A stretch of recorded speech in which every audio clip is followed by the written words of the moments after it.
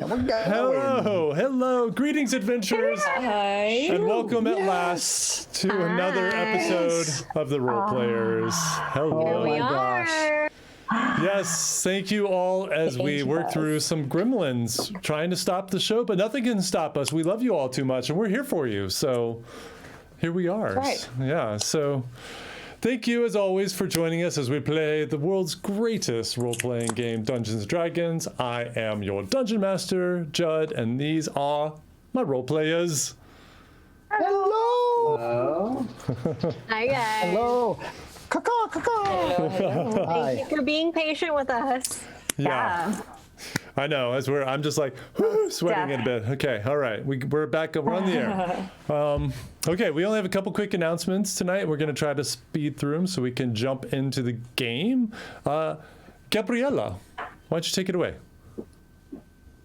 I'll take it away, Judd. Thank you so much. Ladies and gentlemen, thank you so much for joining us tonight at the Role Players. We want to thank, of course, our sponsors. We are eternally grateful for them. We have The Real Studio as one of our sponsors. They paint incredible minis. They sell incredible minis that either painted by them or you can buy them unpainted. Literally minis that no longer exist at the Kickstarter because that's what actually brought them to existence, but they sell them on their website. And right now they have, I believe, a sale at 15% off, and on top of that, you can 35% off, and you can add our discount as well, which is I love it. Combined coupon. Yes. Just type in TRP15 for 50% off. Incredible minis that are from all sorts of packs, and they are just so creative and such pros at what they do. And of course, Skull Splitter dice. Splitter. These guys, thank you. I am so impressed by these guys because, I mean, as a newer, new pretty much D&D player, I've just been looking at, okay, what is the anatomy of a die? How does it work? Well, now it looks like these guys make their dice out of so many different materials, different stones, different crystals, metal. They separate them by color, by type, by metal dice, by class even. And it's just, I mean, we're talking professional rolling here. So why would you guys not want to? On top of that, why would you not want to when you're going to get a 15% off if you put in the discount code TRPSS Skull Splitter 15. So head on over. And last but not least, because of all of your unwavering support and because we love you guys so much and we're so grateful that we can be this community, Judd and Ashley have set up this our awesome producer have actually organized this our Patreon page, which, and thank you to everyone who has so far supported us, but it gives you this amazing opportunity to be a part of our community. And for as little as $2 a month, you can become a part of the community on Discord as well. There's some incredible perks. If you go on the actual website under the Role Players, you will see all the perks that you get with each tier. Again, it doesn't take much at all to partake, and it helps us to keep the show running and bring joy to you all and have fun with you all. So without further ado, I'll give that to Judd. Oh, thank you, Gabriella. I do have one additional little announcement. I just realized because I'm wearing this shirt, which is from our merch. So if you want to get one of these, and I will tell you, like, this is a really nice shirt. Like, it's super soft. Did a great job on the logo. If you scroll down into our panels on Twitch, you can follow to the merch store. And I bought mugs and stickers and this t-shirt and a different t-shirt. So, and it's like the quality's great. And if you really want to be cool, Judd, I'm sure you were just about to say this, but I think you obviously want to get the bucket hat, the fishing hat. The Chad's fishing hat. Yeah.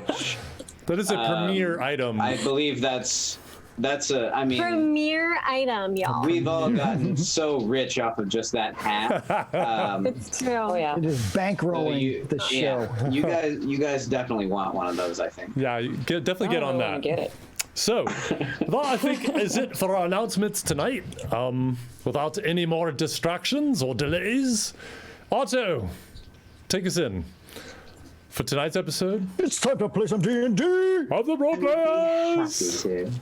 Let me tell you a story about a time that me and my friends found a new world. It started on a ship, brought together by a storm. We traveled through the rift to a new world beyond. We were thrown into shackles, we were hunted down by thieves, but we'll never let it stop us from sailing on Niagara Lee. For we are thee.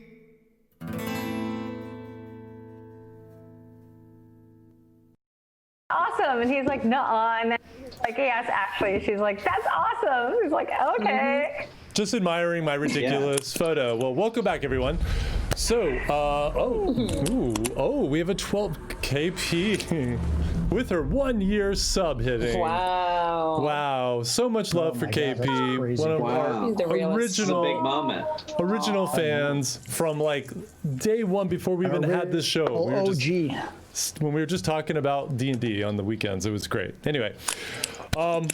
Yes. So, jumping in.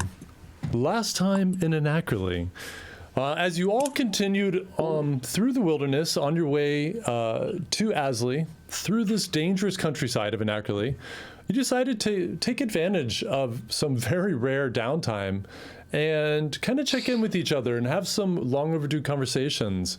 And, including Seville asking Dagmara about her sudden interest in Chaturel, the creation goddess, and learning a little bit more about each other. As just a reminder, Dagmara is recent to the group.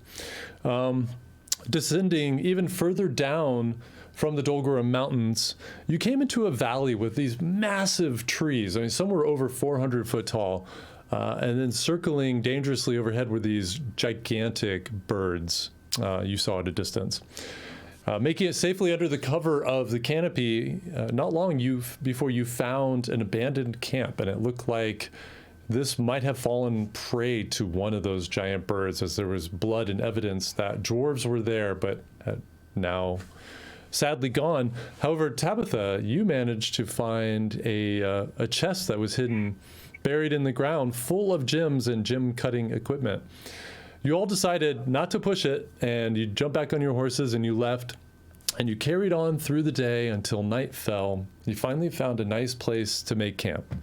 And as Dagmara, Tabitha, and Seville started setting up traps and ways to alert you to coming monsters, Otto, you enjoyed a nice book by the fire.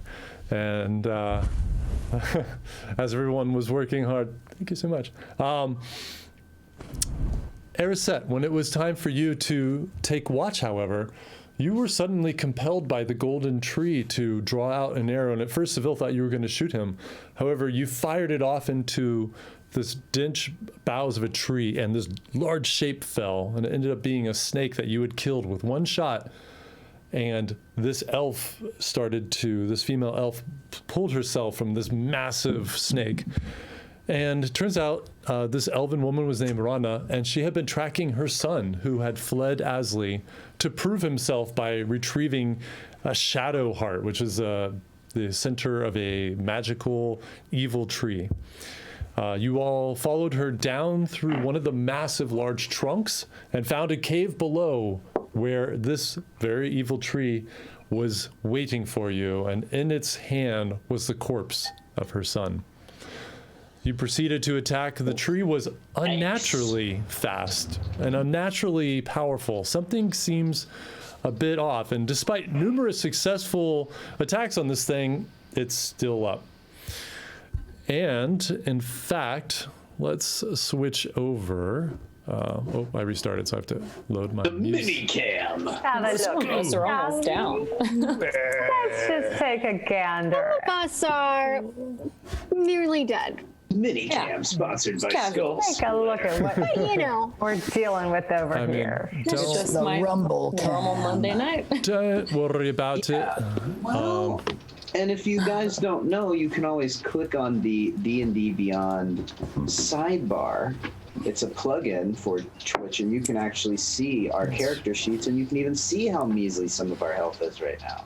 Actually, it looks like nobody's in too bad a shape. No, you guys are okay. So, Now. following the last attack, you actually see.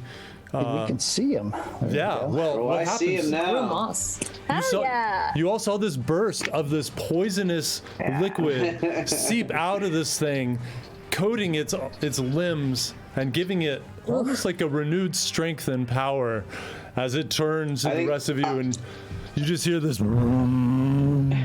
I think Otto was the last to attack it and then take a big chance running away to draw its opportunity attack last time. And when I look back over my shoulder as I'm running and see it got like stronger, I'm just like, well, that's not good. And I just keep like rushing toward the party. That's absolutely right. Okay. So. Oh wow. Oh. Erisette, it's your turn as you see it reach over and pick up a boulder from the ground, which hopefully I actually forgot to put in its hand, so never mind. It doesn't like it, just crushes it into powder. It's your turn. What are you doing? I immediately attack it with my longbow again. Okay. First hit and then second hit, both immediately. Yes, ma'am. Yes, ma'am. Okay, Yeah. roll attack. Yeah, you attack that. Oops. Okay, that will be an 18. That hits. Okay, and so with my first one, I get. Sure, I got the right die here. Okay, that's a 5. 5 damage. 5 damage, okay. All right, do I have to roll again for my second hit? Yeah. Okay. Okay. It's so dope that you can do 2 things. I know, but that's 7, and the second one doesn't make it. Doesn't hit. That's okay. You can see that that again, this sap or whatever has oozed out of this tree. Even as you're looking at it, it looks like it's hardening, almost like it's getting another protective layer on it. And your first arrow stuck into it, but the second one just deflects right off of it.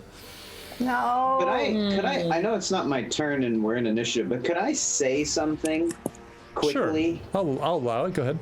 I just basically say, especially as I see the arrows, like I'm continuing to run toward the party and I see that and everything that we've done doesn't seem to have done much. I just say, I think this might be time to run.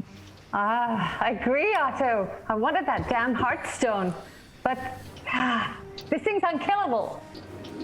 And you all see, Erisette, are you staying where you are? Just to remind you, you're down here in the front. Near, across the river, right? Across the river, Away. yeah. Yeah, I'm staying right there. Okay. Wasn't I on the high ground, actually? I'm like No, that's where you were heading over, I think, to this area. There's some high ground and there's some cover, but that's your last turn. That's as far as you can get. Okay. So if you want to keep going, you have movement. Where's the exit? Is it over towards where? It's over The here. other way. It's camera left. Yeah. Yeah, so I'm kind of near it. Well, I go behind some cover. And I just say, I really think this thing's unkillable. Okay. All right. As you say that, you see Rana now. She had pulled her son's body back up the stairs, and she runs out here. Gabriella, she flies past you, and she looks at the creature, now this poisonous green color. Erisette, she looks over at you. The two of you lock eyes for a moment, and then she says something. You can't quite hear it. It sounded like Oh no. Gohinonin, and then she touches her necklace, and she disappears. Oh no. Oh, well, isn't that How- convenient for her? How dare. Tabitha, you're up. Okay.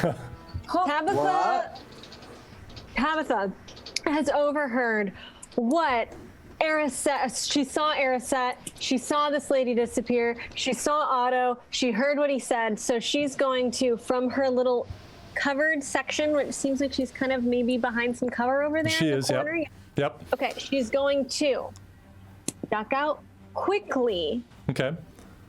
attempt to hit the tree with her crossbow, and regardless of what happens, she's going to take off running towards the exit because it is time to scram. Okay. All right, Okay, this so is my first roll of the night. go ahead and roll. I'll get your speed worked out here. Judd, do I understand her? Oh, Oh, that what'd you was a get? 19. That was a 19 plus 6. That definitely hits. Okay. Tap the tornado. And the way that Does it she again. ducks out from her little spot really low, like you wouldn't even notice it because she's just so sleek and low, and she just goes, and she just like hits it expertly. And let's see how much damage. I love that. Let's see Let's it. see. Let's see. Guys, 1d8, Oh my and God. guess what I rolled? An 8. An 8. Oh. 8 plus 3. So, I mean, Yeah. come on. That's So- the maximum damage. You see that bolt just Oh my gosh. stick right into it, and it's looking down at Otto. It's about 10, 15 feet away from it, and it just and And maybe this is asking too much, but can I get sneak attack on that because she was so sneaky about it? you don't. No, I'm afraid not. Don't quite Damn it. satisfy. Oh. However, it's killer move, and you still have your bonus action if you want to use that to double your speed and get closer to the exit. Yes. Okay. That sounds like a plan. 10, 15, 20, 25, 30. Puts you right here on the edge of the water there. So you're getting pretty close. I had the same question as Azar too. I do speak Elvish. Oh. I don't know if that's what she spoke, but I realized later what she Was said. that? we know what Same she too. said. Okay. Yes. Speak Elvish So too. everybody Was it speaks Norlin Elvish here, Asfaloff? I think, Yes. except Maddie. Run Tartapica. fast, run swift. I Like got you're no in. elvish capability. That's okay. We'll- She's just we'll let you have like, this one. "La, la." She says, "I'm sorry," and disappears. Okay. She tricked us. I'm sorry Do you think she too. was tricking us, Otto? Do you think she was doing it on You purpose? should be sorry. You lured us to this killing cave. Uh-huh. Yeah. Oh, that makes me angry. All right, Seville, you're up. Yell. Let's see, where am I here? Okay. You're down at the bottom. All right. So I yell, Norolim Asfaloff! Norolim Asfaloff! And for the ones who don't speak Elvish, run! Run swift! Okay, do you actually speak Elvish? Yeah. That's so. Sure. Oh, Yes. I'll show you one thing. This is all you would need. This book right here. Oh. Oh, and look at that! Do-do-do-do-do. Oh, there is a Nerd alert. Yes. None of that, baby. I have to Tolkien admit Elvish. that I did receive a Valentine written in Elvish one time. I've always been appealing to nerds. Oh. What can I say? Oh, that's really sweet. It was middle school. No, Oh, I thought it you were was destined Chad. for this, Maddie. You were destined. Not Chad. I literally thought it was Chad in like early days of All right. Peter, what are you doing? So What's Seville doing? curving. All right, I'm going to curve around to get within 25 feet, fire my hand crossbow, Okay. and I couldn't find it. during my dash, and then head back to the entrance. Do you want to curve on your screen to the left or to the right? I'm going to curve to the left towards the entrance, but I want to Okay. get 25 feet in range with my hand crossbow and just fire a bolt at it. Okay, I'm gonna say you can get right here. And- Which if you just saying could they should add Elvish to Duolingo. I just saying. realized I know. had this. yes. Oh, it's the dank dungeon delvers themselves. Gang Dungeon Delves. Oh my! Guys. Welcome, welcome. Hello, our Maybe it friends. was one Welcome. of them who snatched you. my Tolkien Oh no, you lost your language elf. book. No, Oh, well. no, I remember. I lent it to a friend. And I've What a just good friend now you are. remembered. You think you're ever gonna get that back, Chad? You're a very good melon. Seville, roll. Melon. All right, so I'm just I just fire one off. It missed. I'm pretty sure. 11. So Yeah, definitely. And you I'm kind heading to of the pull out your entrance. crossbows. You're running and you jump across the stream and you try to do this Sorry. really cool, like turn, but you're in the air and you kind of and you just miss it totally wide. Just you hear the bolt clattering on the rock on the far side, and you land in the looking muddy bank here. What else? and I'll run up to the entrance, Okay, to the exit. with your bonus, you want to go through, or Yeah. you want to stand here next to Dagmara? No, I want to meet next to it just to make sure everybody is clear. Okay. So brave of you. Thank you. All right. Fantastic. Now it's the tree's turn. Oh, fantastic. Yikes. Okay. Otto, it looks down at you, having just escaped him. I have too many dice. What's going on here? All right. There's and no it such just thing as too many What are dice. they all right, called? Twitter. moves up. Some of them are for sure. That is a 16 plus 10, so that definitely hits. First strike is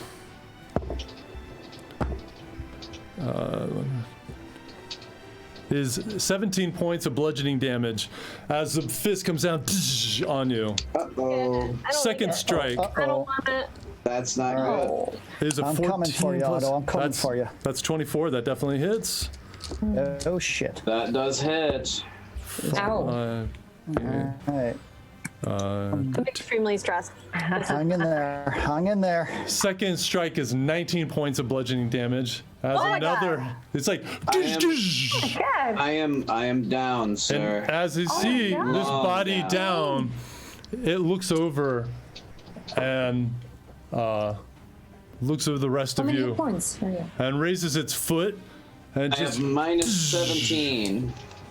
Causes an earthquake Oh, shit. that is a really low on the earthquake scale. You mushes Otto? it hit. That's an 18 plus 10. Another. What the heck is this thing? That's another 16 points of bludgeoning damage. Guys, Oh my gosh. guys, I really, What I was hypothesizing. I really that- hate to say this, but We need a heal. I am he's- unfortunately I am You're dead. dead. He's I am dead. dead. Otto is dead. Hold Guys, second. this is how he goes. You guys, no. you see the He is tree mashed. runs over to the two of you there, No. and as you watch the smushed outline of Otto and the last breath and the blood dripping out, and you've seen this thing just attack 3 times. It raises a fist, and Dagmar, it comes down at you, Oh gosh. and you're wondering, how is this even happening? This doesn't make sense. Because Yeah, now it's got fishy going on it's here. got 4 attacks. That one hits. Was it all Oh my gosh. a I perfect tried to like illusion? barely raise like my the Lady arm, Gaga song? Is I mean, this I'm rolling. not actually happening? I know, Dagmar, that's what I'm thinking. 16 Yes. points of damage for you. I'm down too. What do you? I am honestly near tears at this point. This is I am at Wait. negative 5. All right. Something, Hold on. Seville. Yeah, You something's see this. fishy here. You see this turn to you now, and What do I see in this thing? I feel like I'm bound to be next. Look at this. I just imagined I just imagined me looking to Otto and just being like, oh, no, and then just like at that last minute, Roll. he just hits. Seville, roll a perception check for me. That's so sad. There, flipper. And in the meantime, I'll 12. start workshopping a new build. You look down and you see Dagmara's last breath escape. You see the foot come back over you. In that last second, you make that connection, Yep, and all I'm you looking can at it think is, close. this doesn't make any boom. That was a nat 20 on you, so it's about 32 points of damage as it comes down on top of you. About. Oh no. Are you still up? No, I'm exactly down. That's 0. Something Okay. fishy's going on. Yeah, something All right. fishy's I mean, And it just turns. full health. It turns Do we all have a and mithril shirt or something? underneath. Where And that is its turn. Tabitha, you look Everyone's through. dead. You look through the legs not. of this creature, and you see behind him as Seville and as Dagmara both fall. The door that they were standing in front of is now gone.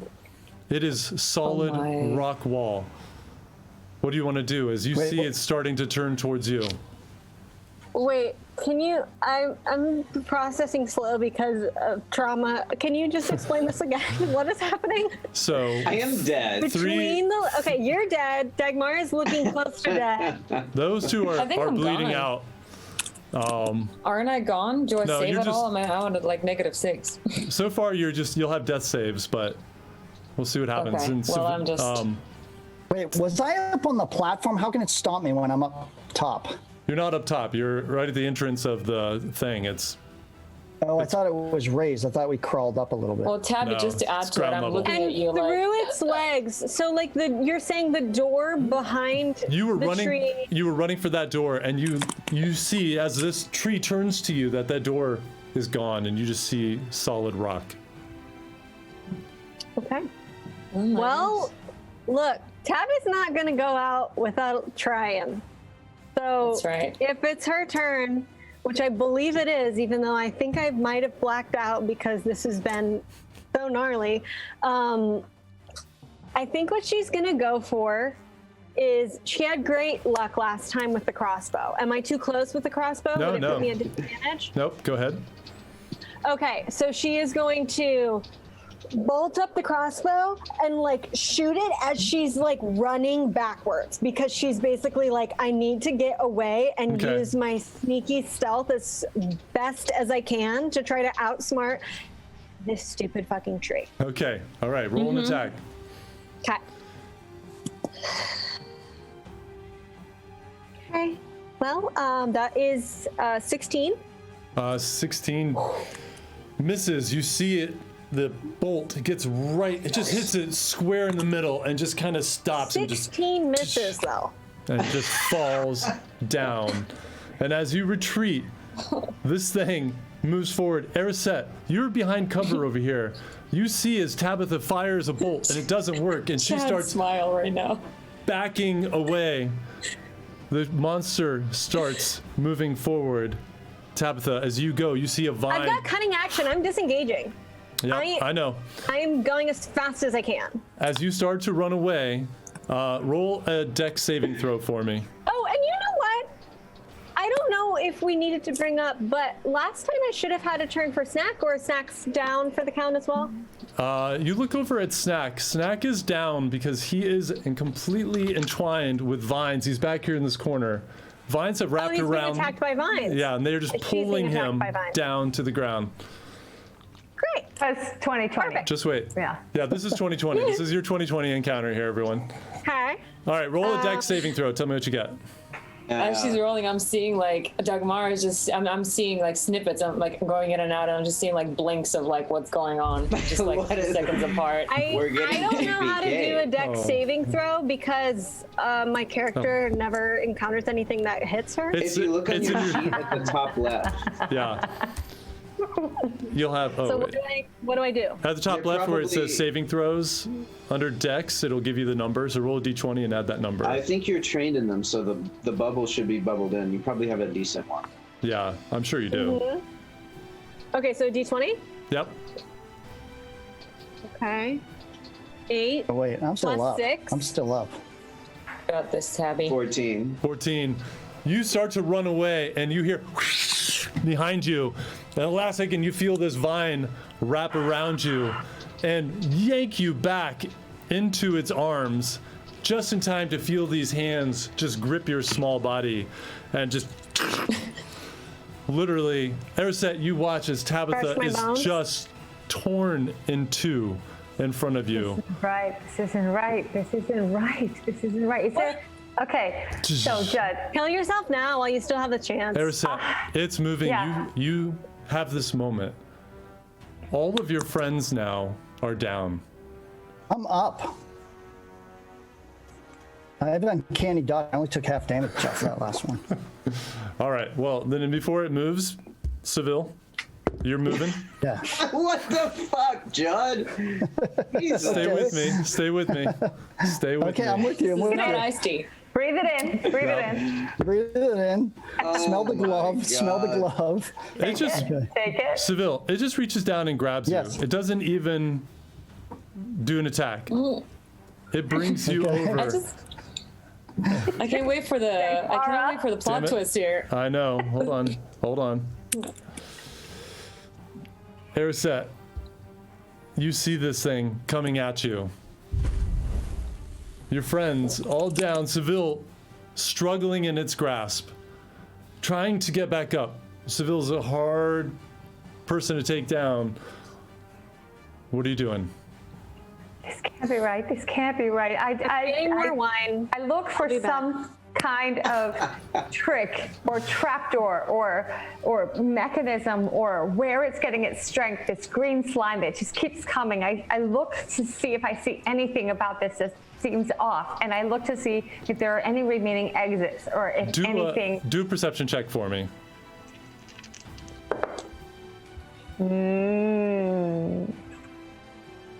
I just got a 22. Oh, yeah. Your eyes dart about the cave. You look, I and don't even know if I should that cheer. that entrance is definitely gone. It looks like there was never anything there. It's solid rock. You look over, even the water that was originally trickling down is now gone. The water flows through, but there's no source to it. Something doesn't feel right, but you feel warmth in your pocket again.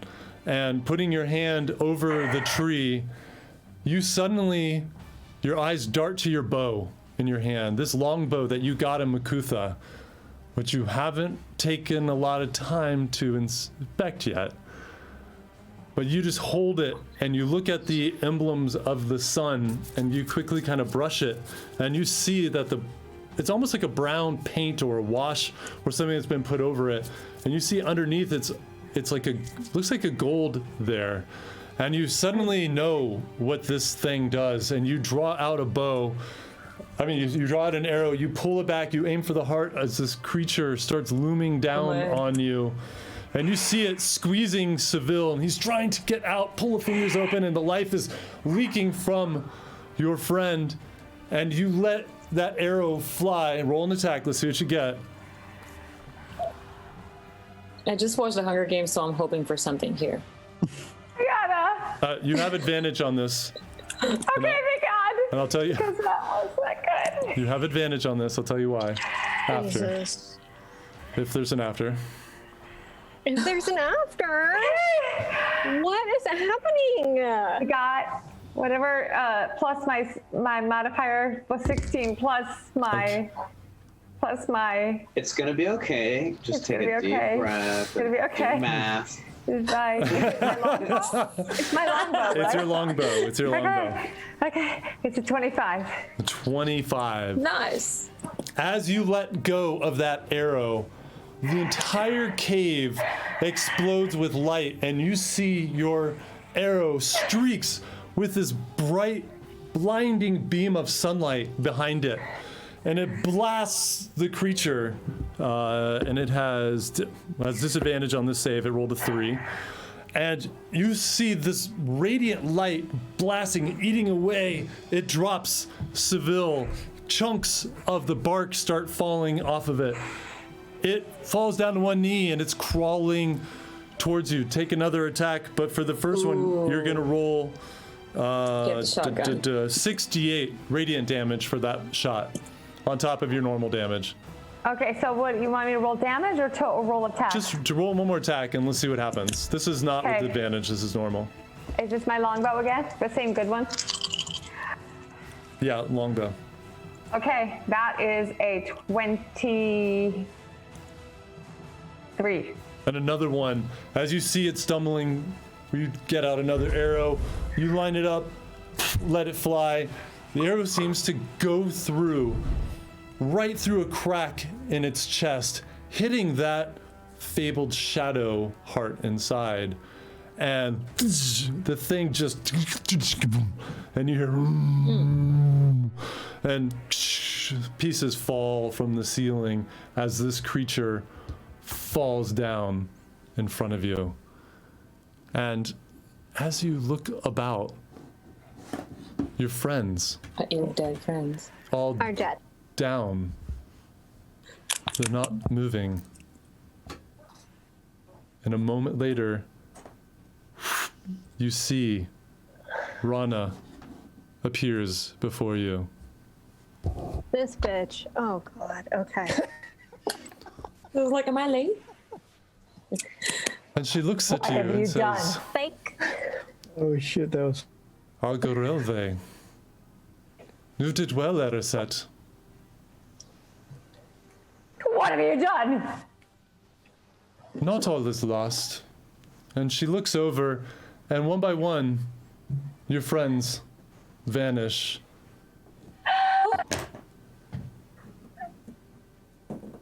He's removing the minis. This is no joke. We can make it happen. And last to go, you see Seville's form just fade away from you. This is Infinity War right now. I am literally breaking out in hives. This is not good. She moves up to you. Not all is what it seems, Erisset.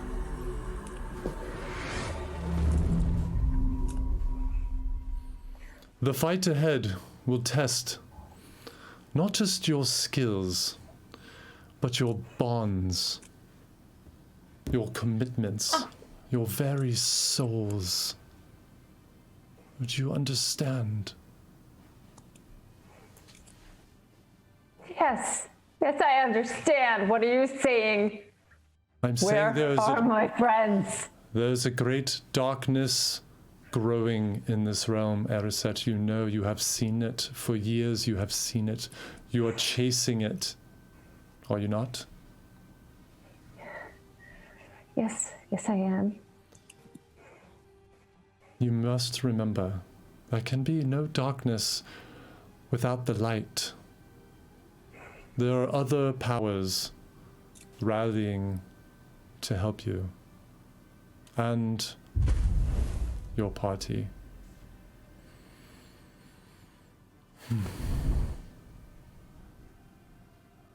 Well, Mycel Day. No. Our power is limited here. We will act through you.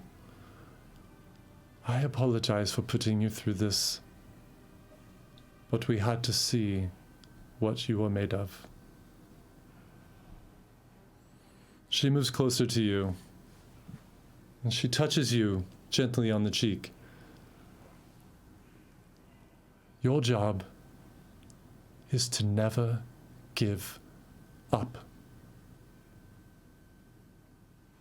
And as her hand is there, it grows brighter and brighter and brighter until you're squinting and you pull back and you shake your head and you are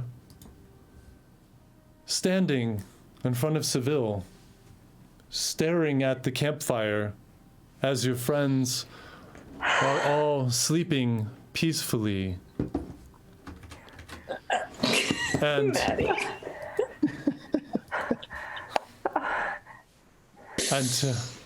Seville, you look at her like, yeah, it's your watch.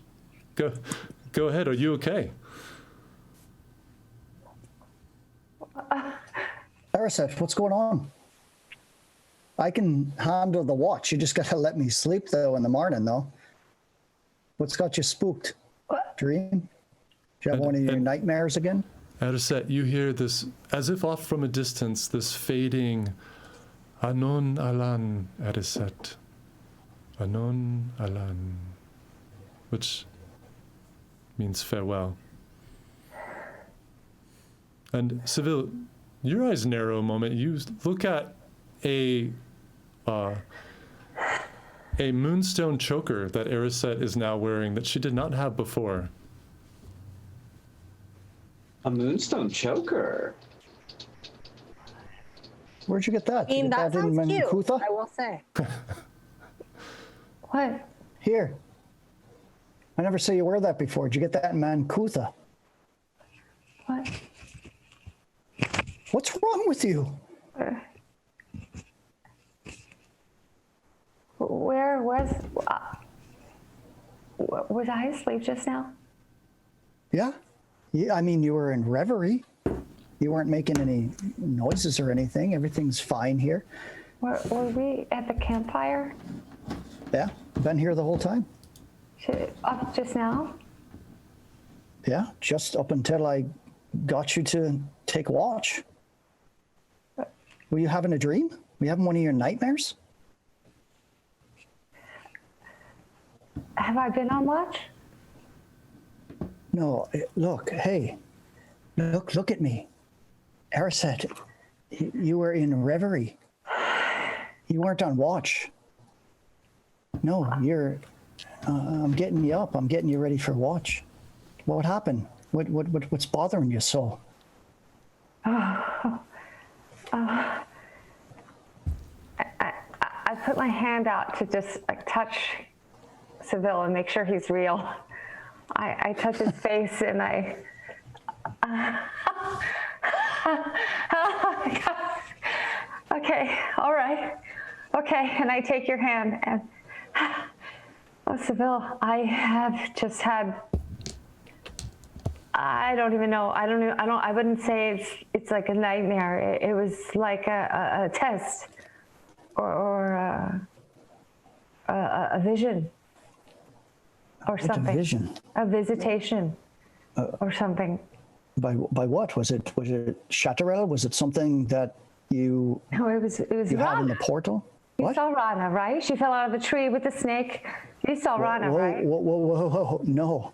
What, Rana, who? I've been up, I've been here the whole night. No, the elven lady with the boy and the heart stone.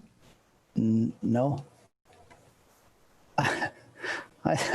Did you, I think you might have a little too much to drink, but. No, I didn't have anything to drink. I don't think. No, I've been on watch. Tabitha just went down. I stayed up for a couple of minutes and I was coming to get you and I was going to ask if you wanted some company. Yeah. Before I sat down. Yeah, I do. Please. Yeah, stay with me, okay? Yeah. Yeah, Please. I'll stay with you. I'll stay with you. What kind of, but wait a second, where'd you get this? Not Mancutha? That's not yours? Where'd you get this? Why'd you look like you didn't know what I was talking about? I just had a visitation. I had a visitation. By, what is this, a woman in a snake? Is it symbolic? I don't know. It was a dream or Tabitha? Where's Tabitha? She's here. She's here. They're all here. We've Are got. they asleep? Are they okay? They're Everybody's fine. okay? Everybody's Tabitha's okay. like sleeping like this, like. I mean, she's out. And as they Some look, drool going down. No, she's as they really. look towards us, out. I am, Dagmar is facing, I'm facing, my back is to them. But as they look back to us, there looks rack focus to me opening my eyes. I open my eyes. I'm not asleep. Okay, carry on. I am asleep on my back with a book over my, kind of folded over my chest where I sleep. I go to each of them, all of them, and I just kneel first next to Tabitha, and I gently touch her to make sure she's real. Fall back asleep. Ariset. And then I need some go sleep. to Otto, and I poke him just like a little, like just to make sure he's still there. Oh, Does anything happen? He just, Ariset. They need to Okay. sleep. okay. They need to sleep. And then I go to Dagmara, and I want to just make sure she's still alive. And I gently touch her arm. And I'm just kind of looking around the woods. I know all the alarms are set with the string and the bells, but I'm just kind of looking, see what. Okay. You're not in reverie now. You're not in a dream. We're quite real. Okay. Will you sit with me a bit by the Yes, fire for a bit? You're not too tired. No, I'll have to get some sleep, but of course I'll sit with you for a moment. Yeah, Okay. I'll have to slip into reverie. But yeah, so you had a vision, and A woman came, an elven woman. I don't know. Yeah. I don't know if it was my mother. your mother. Wait, but you got this. I'll take Araset by the shoulders and then by the face. It's all right. Whatever you saw. No, it Whatever it was is. okay. It was good, I think.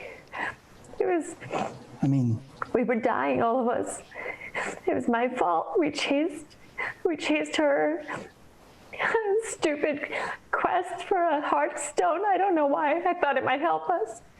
And then we were there, and then this oily treant that just never seemed to stop kept coming at us, and everybody was killed one by one. take a breath. But then she said it was just a test. Okay. She wanted to make sure that I would never give up. Hey. There's no I'm quitting you. There's no quitting you, Araset. Take a breath. That's a good omen. I think so. I hope so. That's a great omen. She said help was forming. That even for the darkness there is equal light or more. That powers are helping, but that they had to make sure we were true or something. That they had to test our bonds. And I Okay. continue to listen.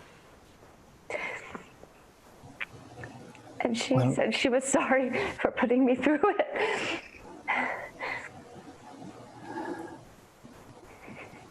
Listen, I haven't asked you too much about these dreams of yours, these nightmares about this coming storm, this great evil. Whatever duty, whatever journey you're on, it's brought you here, and I'm with you. I'm standing by you.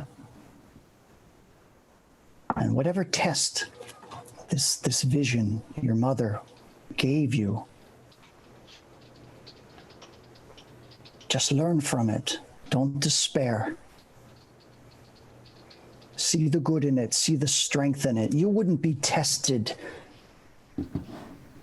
if you didn't have what was needed inside you.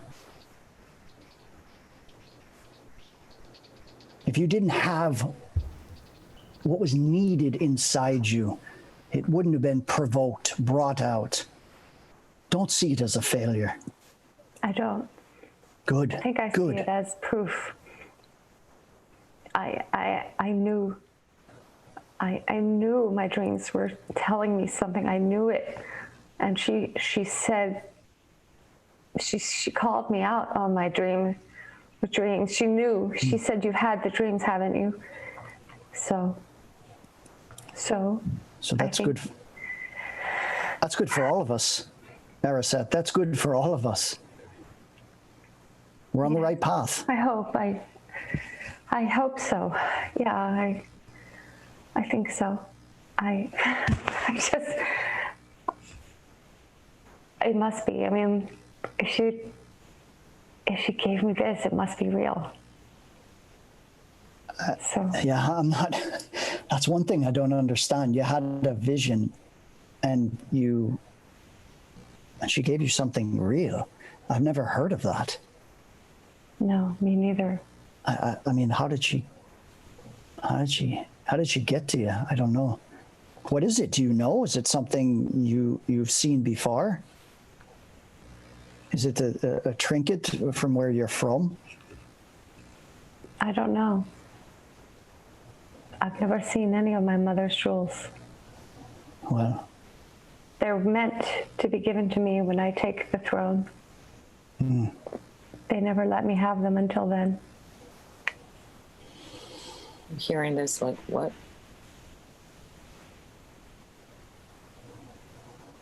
I like briefly wake up because I thought I heard the word Jules, and I was like, back asleep. Okay, well, the good thing is you guys are alive, so that's awesome. Because yes. I thought for sure I had just killed all of us. In a way, I thought we were all dead too.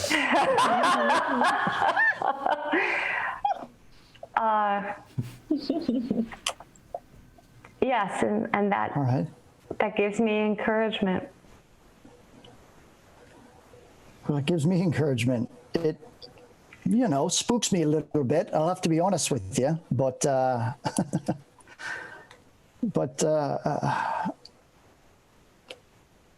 don't know what to say. But it's a good omen. It's a really good omen. Well, I guess it's good to have something besides just terrible nightmares about this evil swallowing the universe for a change. That's one way to look at it. Right? Maybe something happened in that portal, that connection with Chateaureau, that light. Maybe it opened something, allowed something to come to you. Things are shaping up. Things are shaping up. I feel confident. I feel confident in this group. It wasn't for nothing. It's fated. It's you know, fated. there's something funny. Only if it's funny. Awake right now? Is what? Is everybody awake right now, Judd? Or no, is it only Tabitha? No, I fell back asleep. I thought I just heard said that. Jules, and then I'm asleep as well. It appears that everybody You don't know else... it, but I'm awake. Okay. Yeah. I'm awake, but you don't know it. You know what's funny, Seville? You don't know that. I was even sad that Otto died. It's just as Eve? sad. Or actually Even. more sad. Eve? I wanted to run and save him. But the tree was moving too fast and killing everybody. But Yeah. He was It's already really- a Well, look. pancake. yeah, he was squished flat like a pancake. And all I could think was how I wanted to see him puffed up again.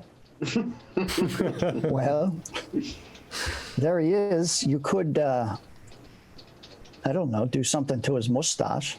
I feel like Tabby, you're trying to wake Tabby up again. Now you said pancakes. Okay, well, listen, you've been up late. Thank you. I feel a lot better, Sybil. Thank you. All right. You sure? Do you want to wake up Dagmara or something to stand watch with you? Are you sure you feel all right? She rested enough, you think? I mean, I want us all to be healthy. Well, I wouldn't mind company, though. all right. Well, And I'll go anyway, and- she's totally awake, by the way. well, aren't all elves always awake? Dagmara, there's no need to pretend you're asleep anymore. If you'd like, you could come keep me company, and I can tell you about how flat Otto was in my dream. I I'll try go to to say Araceli. to muster something up, but I'm like, yeah, I think that's a good idea. So I'll just go to Erisette, give her a light kiss on the cheek, and say, "You've been blessed this evening. Revel in it and see what else comes to you." And then I'll walk by, touch Dagmara, and just say into her mind, "Just keep her company. Keep her company." And I'll sit down and I'm going to go into reverie. Okay. And Jesus Christ. right, All right.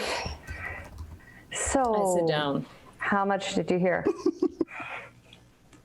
Well, I heard something about a pancake and us dying, and something about your mother and Chateaureau. And I look around just to make sure everyone's still asleep. Never said whatever you're going through, you're not alone. We're here for you. And I personally have been wanting to find out more about what this whole thing is.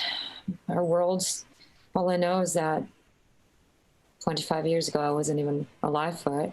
Something happened to this continent. Something happened.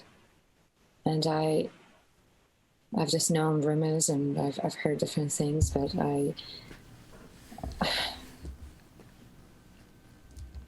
sometimes I do wish I could hear from my mother as well.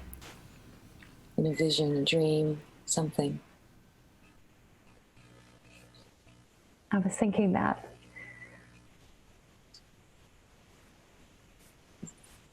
Did you, Seville mentioned, from what I heard, Chaterelle. Is this something that you've been aware of for a bit? Well, Chaterelle's not my goddess. But I was inspired by your faith and devotion to her in the darkest moments. The fact that you were so uplifted, it gave me hope. And I don't know if I can upkeep the faith. I don't know if you could even call it that, but I hope and I try for what it is worth it. Erised, my only goal with Chaterelle is Tevin. I want him to come back to life. I want him to live. Whatever it takes, I will do it. I don't know how much more I will learn about her, but I know that I want him to be alive. And Thawne, I want him to live too. I think too much damage has been done, too much evil. And I glance back at Otto. Speaking of Erised, can I trust you? absolutely. One elf to another. Tenfold. Is there any way we can keep him sleeping? And I glance back at Otto. You mean permanently, or you just mean for now? For now. For now. For the next 5 minutes. Is there any spell, anything you can do? Let me think what I have. Equipment. Do I have any? I think I have. Sort of an ethical boundary, or There might be none here. Checking through my opportunities with this. I wouldn't want to cut him, and spells wise, I only have fog cloud, which wouldn't help much. I could. Judge, do I have anything that I am not remembering, or to keep him asleep? No, not really. I don't think so. I mean, I could look for some berries. I do a quick check to see if I find any juniper. Right, then just cover for me. Cover? If you don't Cover? mind. What do you mean? And I very, very stealthily, if I need to roll a check, you let me know, Jeb, but very stealthily, I tiptoe to Otto's effects. And I crouch, and I keep looking at him just to make sure he's asleep, and he seems very well asleep with his book so far. And I go through his bag. Okay, roll a stealth check for me, and we're gonna play it against Otto's passive perception. We'll see. And Okay. And Otto, where is your stuff? Is it nearby? Is it touching you? Like, where are you keeping it? he doesn't sleep touching his stuff, that would be silly. He has his stuff probably like his backpack under him. Like, I imagine him in a hammock set up between two trees, laying on his back with a book over his belly, and probably, or I guess this is within reason, he probably pushed his stuff under him, you know, like under the hammock. Yeah. Mm-hmm. So it's like his body is like kind of, you know, slouching down near it, but he's not, you know, overly cautious with it. Got it. Okay. I rolled an 18. Okay, yeah. So Like you got the stuff. yeah, he doesn't stir. You manage to sneak up very quietly and open up the pack, and you're looking for things. You're not making any sound. And I very, very carefully pull out the staff that he took from the Gith. And that is on my horse, though. Oh, it's on your horse. Okay, well, I guess I don't know that yet. So what do I find, and is there anything I find in his bag specifically? I mean, I have my, yes, I have the magical badge of office for the Crown's Guard. I have a case with maps and scrolls. I have fine clothes. I have another set of fine clothes, which I bought in Vorden. I have some gems, which were from my armor. I have ink and an ink pen. I have a lute.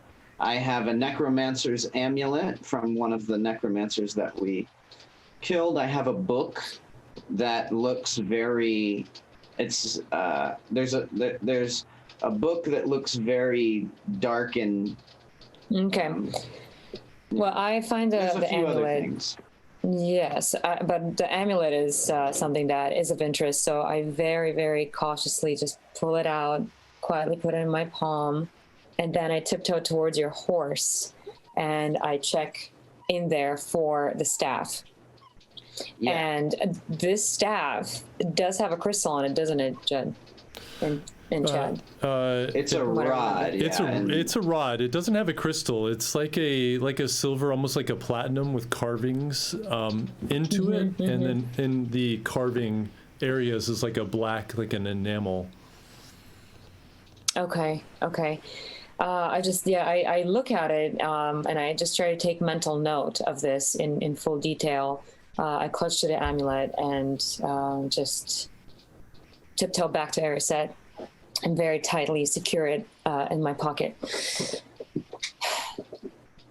Thank you. What are you doing? Erisette. What? The Temple of Light in Asli. I cannot let Otto have this amulet when we get there. Oh. I want them to look at it, and I want them to tell me what it is and what they can see.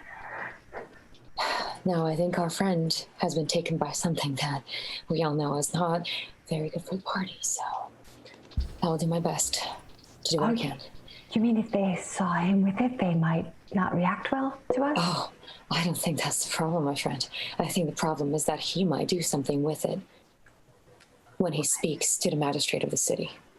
I will not let that. I will not allow that to happen. And I just tuck it back in, and Seville, what are you doing? Because you're still. Did you go into reverie, or are you watching all this happen? No, I went into reverie. If they're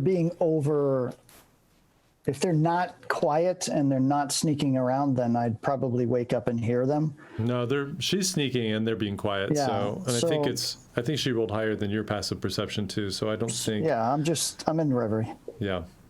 Yeah, my passive is... You didn't. No. Yeah, yours is 17. Yeah, she rolled higher than that. So you don't detect it either. You just are resting now. So is that it? You two, Erisette, you're on watch. Are you going to go to bed then? Or do you want to stay up with me? I'll stay up with you. Yes. I'm scared, Erisette. I'm not scared of the dark. I'm not scared of this forest. I'm scared of what's to come. If we don't band together. Yes. I know what you mean, but you're scared of Otto. Or, listen, this is something I've wanted to ask you. And please take it with purity of heart, as that's how I intend it. But where are you in terms of your heart? I mean, I know you've been taken by your terrible disease, and it seems you can change on a dime, but is there anything I could do to help you? Erisette, at that moment, as you're having this conversation, you hear, and there's no wind right now, you see this beautiful moonbeams are coming through the trees, and you just hear this overhead. And you look up to see some of the beams in the moonlight, or some of the boughs in the moonlight kind of, and then go back. Uh-oh. I think it's one of those beasts. Okay, and at this point I just get up and I start to survey the area. I want to climb a tree to see. The two of you see like those birds. just the plume of smoke coming off your campfire just seems to be drifting in a straight column because there is no wind, just broken up at the top of the trees where something has disturbed the upper branches. Okay. Let's wake the others. What do you think? I think we should. I think that's a good idea. I run to the fire and I cover it. I pour water on, I try to stifle that smoke so that it doesn't billow anymore. And I just very gently go to Tabby. And your question has remained unanswered, of course, Erisette, in terms of where I'm at. And I say, that's a really awkward place to end that conversation. I hope we can go back to it because I feel really bad asking it. But And I'll as- have to get back to it. And Dagmar, as you smiling. put out that fire, Otto and Tabitha, you hear the sizzle of the fire and the sudden loss of heat and light, and both of your eyes kind of snap open, and Snack lifts its head up to look around. And I just look at you guys. What's going on? What is it? And I run get Seville, okay? And wake him up too quietly. What is it? And I just point up. I just shush and I just point up. As you all look up at that moment, Right. you see another one, this large dark figure go right over top, disturbing the trees, and again that remaining plume of smoke which is starting to dissipate. Well, Tabitha Thinking immediately we- gets under Snack. thinking we might be in danger, I immediately go to my horse to retrieve my rod. Okay. Is it there? Yeah, Dagmar, I you didn't left it take there. it. Yeah. I left it. I studied it though. Yeah. Yes. So I take Hey, the, hey.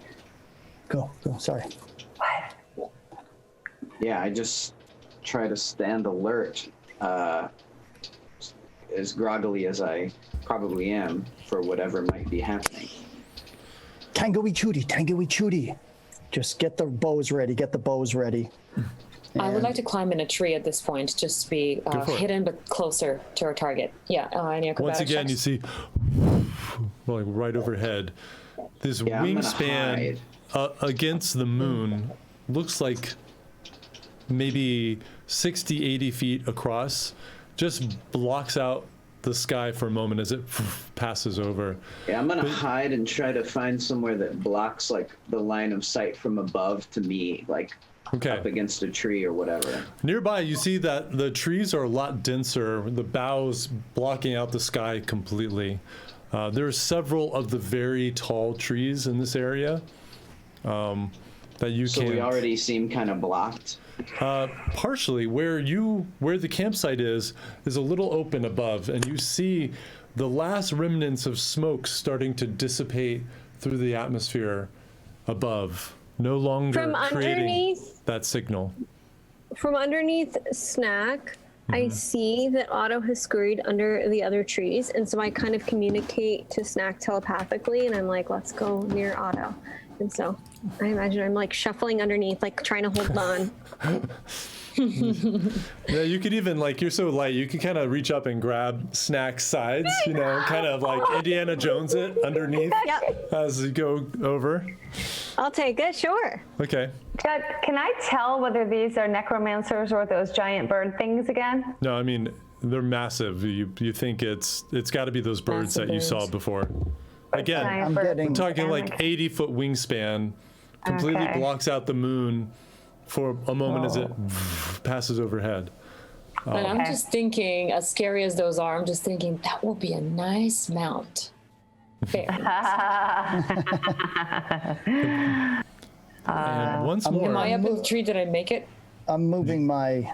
Oh, go ahead. Sorry. yeah, these trees are very easy to climb. They have so many branches. Okay. You just kind of like Okay. scramble up them. You can go, depending on which type of tree you pick, you can go hundreds of feet. Okay. Though those are a little bit harder to Awesome. climb. Sure. But as you're all kind of getting in position, Otto, you run and get a better defended position closer to these trees, and Tabitha, you're under Snack as you guys are following Otto. The rest of you look up and you can see it kind of once again appears, but it seems to kind of curve up and you can hear, even at this distance, the wind off of its wings as it seems to be climbing up higher and peeling off. Anybody who wants, roll an intelligence check for me. I will. Okay, I'll give it a whirl. Oh, I got a crit. 23. Hey, Nice. I'm so smart. So, as the rest are rolling there, I Jax got was just 12. like, You idiots. you look so stupid. Otto, you're like, I got a 12. you're It's watching. obvious. Come on. You're watching the final tiny bits of smoke from your campfire dissipating, and this thing seems to be looking for those signals again. It's going higher, and you think there's an association, and you think back to the campsite with the dwarves, which had a large fire pit as well. It's just a guess, but you think they're connected. Uh-oh. Yeah, and I put it all together, and I say, yeah, just to be cute, first in Elvish, I'm like, Fean Pal, fire. They can't attack us if we don't draw a fire. Unless we want to end up like those dwarves and packed apart, I suggest we endure the cold for the rest of the evening. Fine with me. Yeah. smart. I'm just looking at this.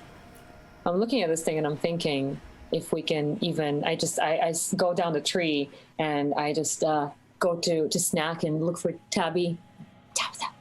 Yes. It's quite big, but here's what I'm thinking. Okay. Maybe we could harness it and tame it. I don't know if you've gained any skills this far, but Okay, I'm open to interesting ideas. thought. Now, do you think that it's possible that it could snatch me like it clearly snatched the other people we saw at the camp of? that's a good thought. So I agree that this would be a fun experiment for, I don't know, you who could see at night and who's slightly larger, but I'm going to be staying here underneath Snack. And she just like. I love that you're and having this Burrow, whole like, even closer. conversation like hanging upside down on Snack. I just imagine she's just like kind of upside down, just like kind of like talking like this. I'll just stay under here, okay? And she just Burrow's back. Oh. And I mean, at this point, I think we've decided that we will keep the fire out. But I know this may sound crazy, but do any of you think we could tame this? We could tame one or two and use those as quick mounts to get to the cat's teeth and then to Asley instead of going through all the dangers of this forest that we don't know. My new book. Seville gave me a book. Nothing about this in here. Let me take a look. Oh, so exciting! She, upside down, I remove my backpack. Of course, I can't see at all at night, Right. so I just fling my backpack. So all you see is like a cat standing, and then just like this backpack that flies from Just underneath. flies. I just grab it. Boom, boom, boom. There is, Tabitha, there is some moonlight. Actually, the moon is pretty strong. It's almost a full moon. And so, But I'm under the cat. yeah, you are under the cat, so it's true. And you are hanging on to the fur, so yes. Yeah. That would be hard to read. But just so you know. Okay. So, you're welcome to take a look at my book. Thank you. And I kind of motion everyone to come. Maybe Seville. Okay. Do you have any idea? And we're just going through the Well- pages, looking for rocks and eagles, giant birds. If you're serious, you want to try to tame a couple of those. They could come in handy. We have some Well, you know what? serious shit we're up against. I think something's telling me I'm feeling kind of like Can I I'm going to illustrate? go back into reverie a little bit here, because if morning comes and we're not rested, we're in trouble with our travel day. But if you guys manage to tame one of those, I'm going to give you my share of gold for the next, I don't know, four lootings, let's just say. You can And I split look at mine. Tabitha. Abby, like, she like kind of launches her money. And she's like, "Deal, that's a deal. That is a deal." I mean, ladies. Back under the Before I sit extend down, my I say, hand. You've got yourself a deal. all Legally right, I'll binding. shake your hand. And that book, by the way, tells you how to dissect them, not train them, by the way. And I just go into reverie and just kind of go like this. And I also say, and by the way, if you are going to do that, make sure you get very, very far away from me. Just an idea. Like a considerable distance. Does anybody have any spells for taming something? Otto? A half a day's travel would be ideal. As far as how apart I'd like you to be. No, I don't have any spells for that. Those are spells for strange, lonely people who want to make animals their friends. I have no need. Okay, I heard that, and it was rude. I was thinking that. Yeah. You didn't use magic to do it, unless you count the magic of your charming personality, Tabby. Which I don't, because And that's I just fact. I go to Otto and I present myself in all my niceness, as nice as possible as Dagmara can be. Otto, my friend, may I entertain you a little? Just jog your mind for a second. The people of Asley, they love a noble. They love to see somebody who rides in or flies in with all his glory and all his might. They will be quite impressed. I won't even have to arrange a meeting for you with them. Not only, but they will be willing to maybe even give you a title in the city. Have you thought that maybe the magical, beautiful tunes that you play might lure this creature? Shall we try? You've gotten very confused now, and I'm a bit groggy myself, so I completely empathize with how that could arise. But remember, I want to be very, very far away from you when and if you ever tried to do this. So me playing the music to aid you in part of it and lure them is just sort of, how shall I put it, the exact opposite of anything I would ever do. That you would do, but have you thought about the possibility? Have you thought about what might happen? Yes, I've thought about it, and my answer is no. But I wish you all the best in your endeavor. You see, as magnificent as the picture you've painted is, riding in on a regal flying mount, certainly that would be impressive to anyone, but you have not the need for such theatrics when, well, you have the skill and the experience that I do hobnobbing with rulers. You see, I'll be able to win them over. I won't need to engage in such dangerous experimentation. You'll see once we get to Asley. And I do want to offer, by the way, I don't think it's worth your while either. But do whatever you will. Fair enough. All right. I am a bit cranky, aren't I? I didn't get to finish my sleep. Will one of you kindly wake me up very gently when it's time for my watch? And I go and lay back down in my. Jed, can I do a nature check on these animals? I was going to say, do I know anything? My guess right now is that is a manu, which is kind of like a giant eagle type thing. And that thing is just going to pick you up and feed it to its little baby birds. So, or if it doesn't snatch up our horses tonight, I'll be actually surprised. So I would be careful trying to call those things to our camp. But that's just me. And me. And Otto, Hodo vai, Hodo vai, And rest Arisa, well, everyone. you remember early on when you were first in the wilds of Anacroli after escaping from the kind of the Crown's Guard that had put you in that wagon when you left Navir, and then later the Sumrak who had ambushed you. And as you went to go find Otto and Tabitha, and you were running through the countryside, you saw one of those birds come down and take the horses that you had before. Willard. Oh yeah, Willard's I horses. remember. And just took a horse and just flew off in the sky with it, like no problem. Yeah. These are big, Yeah. dangerous birds. They're not very friendly, no. All right, here's You what took my horse, okay. man. That's You good to took know. my horse. So from underneath Snack, I'm just like holding on and thinking, oh, okay, so everyone wants to get a mount to ride into the city with. So impressive. Meanwhile, I thought of this idea ages ago. Yes, Snack. Good cat Snack. And Snack kind of just goes. Transportation. Snack kind of like sits down and like and then like lies down, and you're kind of like just kind of has like a big paw over you, and you're just kind of like snuggled in its fur, and you're like, And I fall back asleep. yeah. All right, and I just say, fine. I was just looking for a way to make our journey easier and faster and less ridden with danger, but that's absolutely fine. How about we just continue the watch? And we'll wake you up. Yes. If you could just quiet down a bit, I've nearly found my way back to sleep. All right, Erised, so it was your watch. If you want to take it. I take it. And do you want to sleep too, Dagmara? Or I'll be right back. And I very quickly like sneak off into the next, maybe about 200 feet away, and we have those gems that we set aside, right, that we took from the chest. Mm-hmm.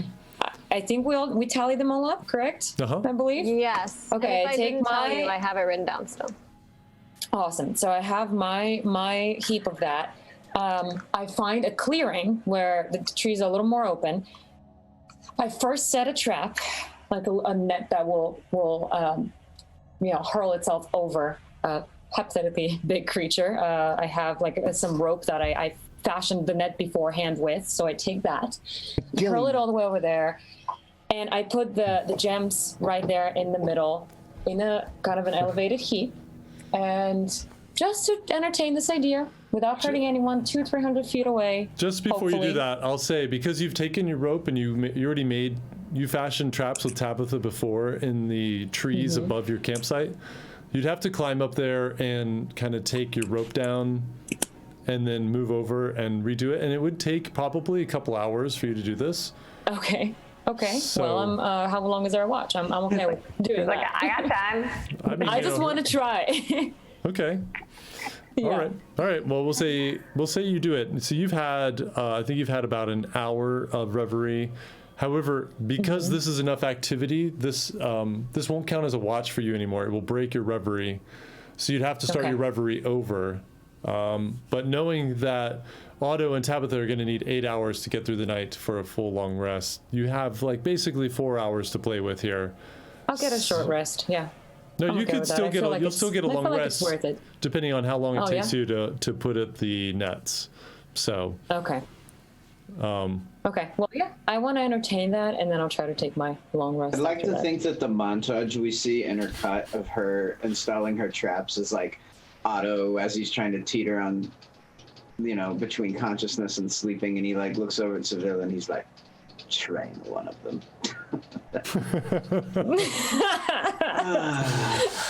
And like he's just such a naysayer about this idea, but Yeah. I would love to see him proved wrong. okay.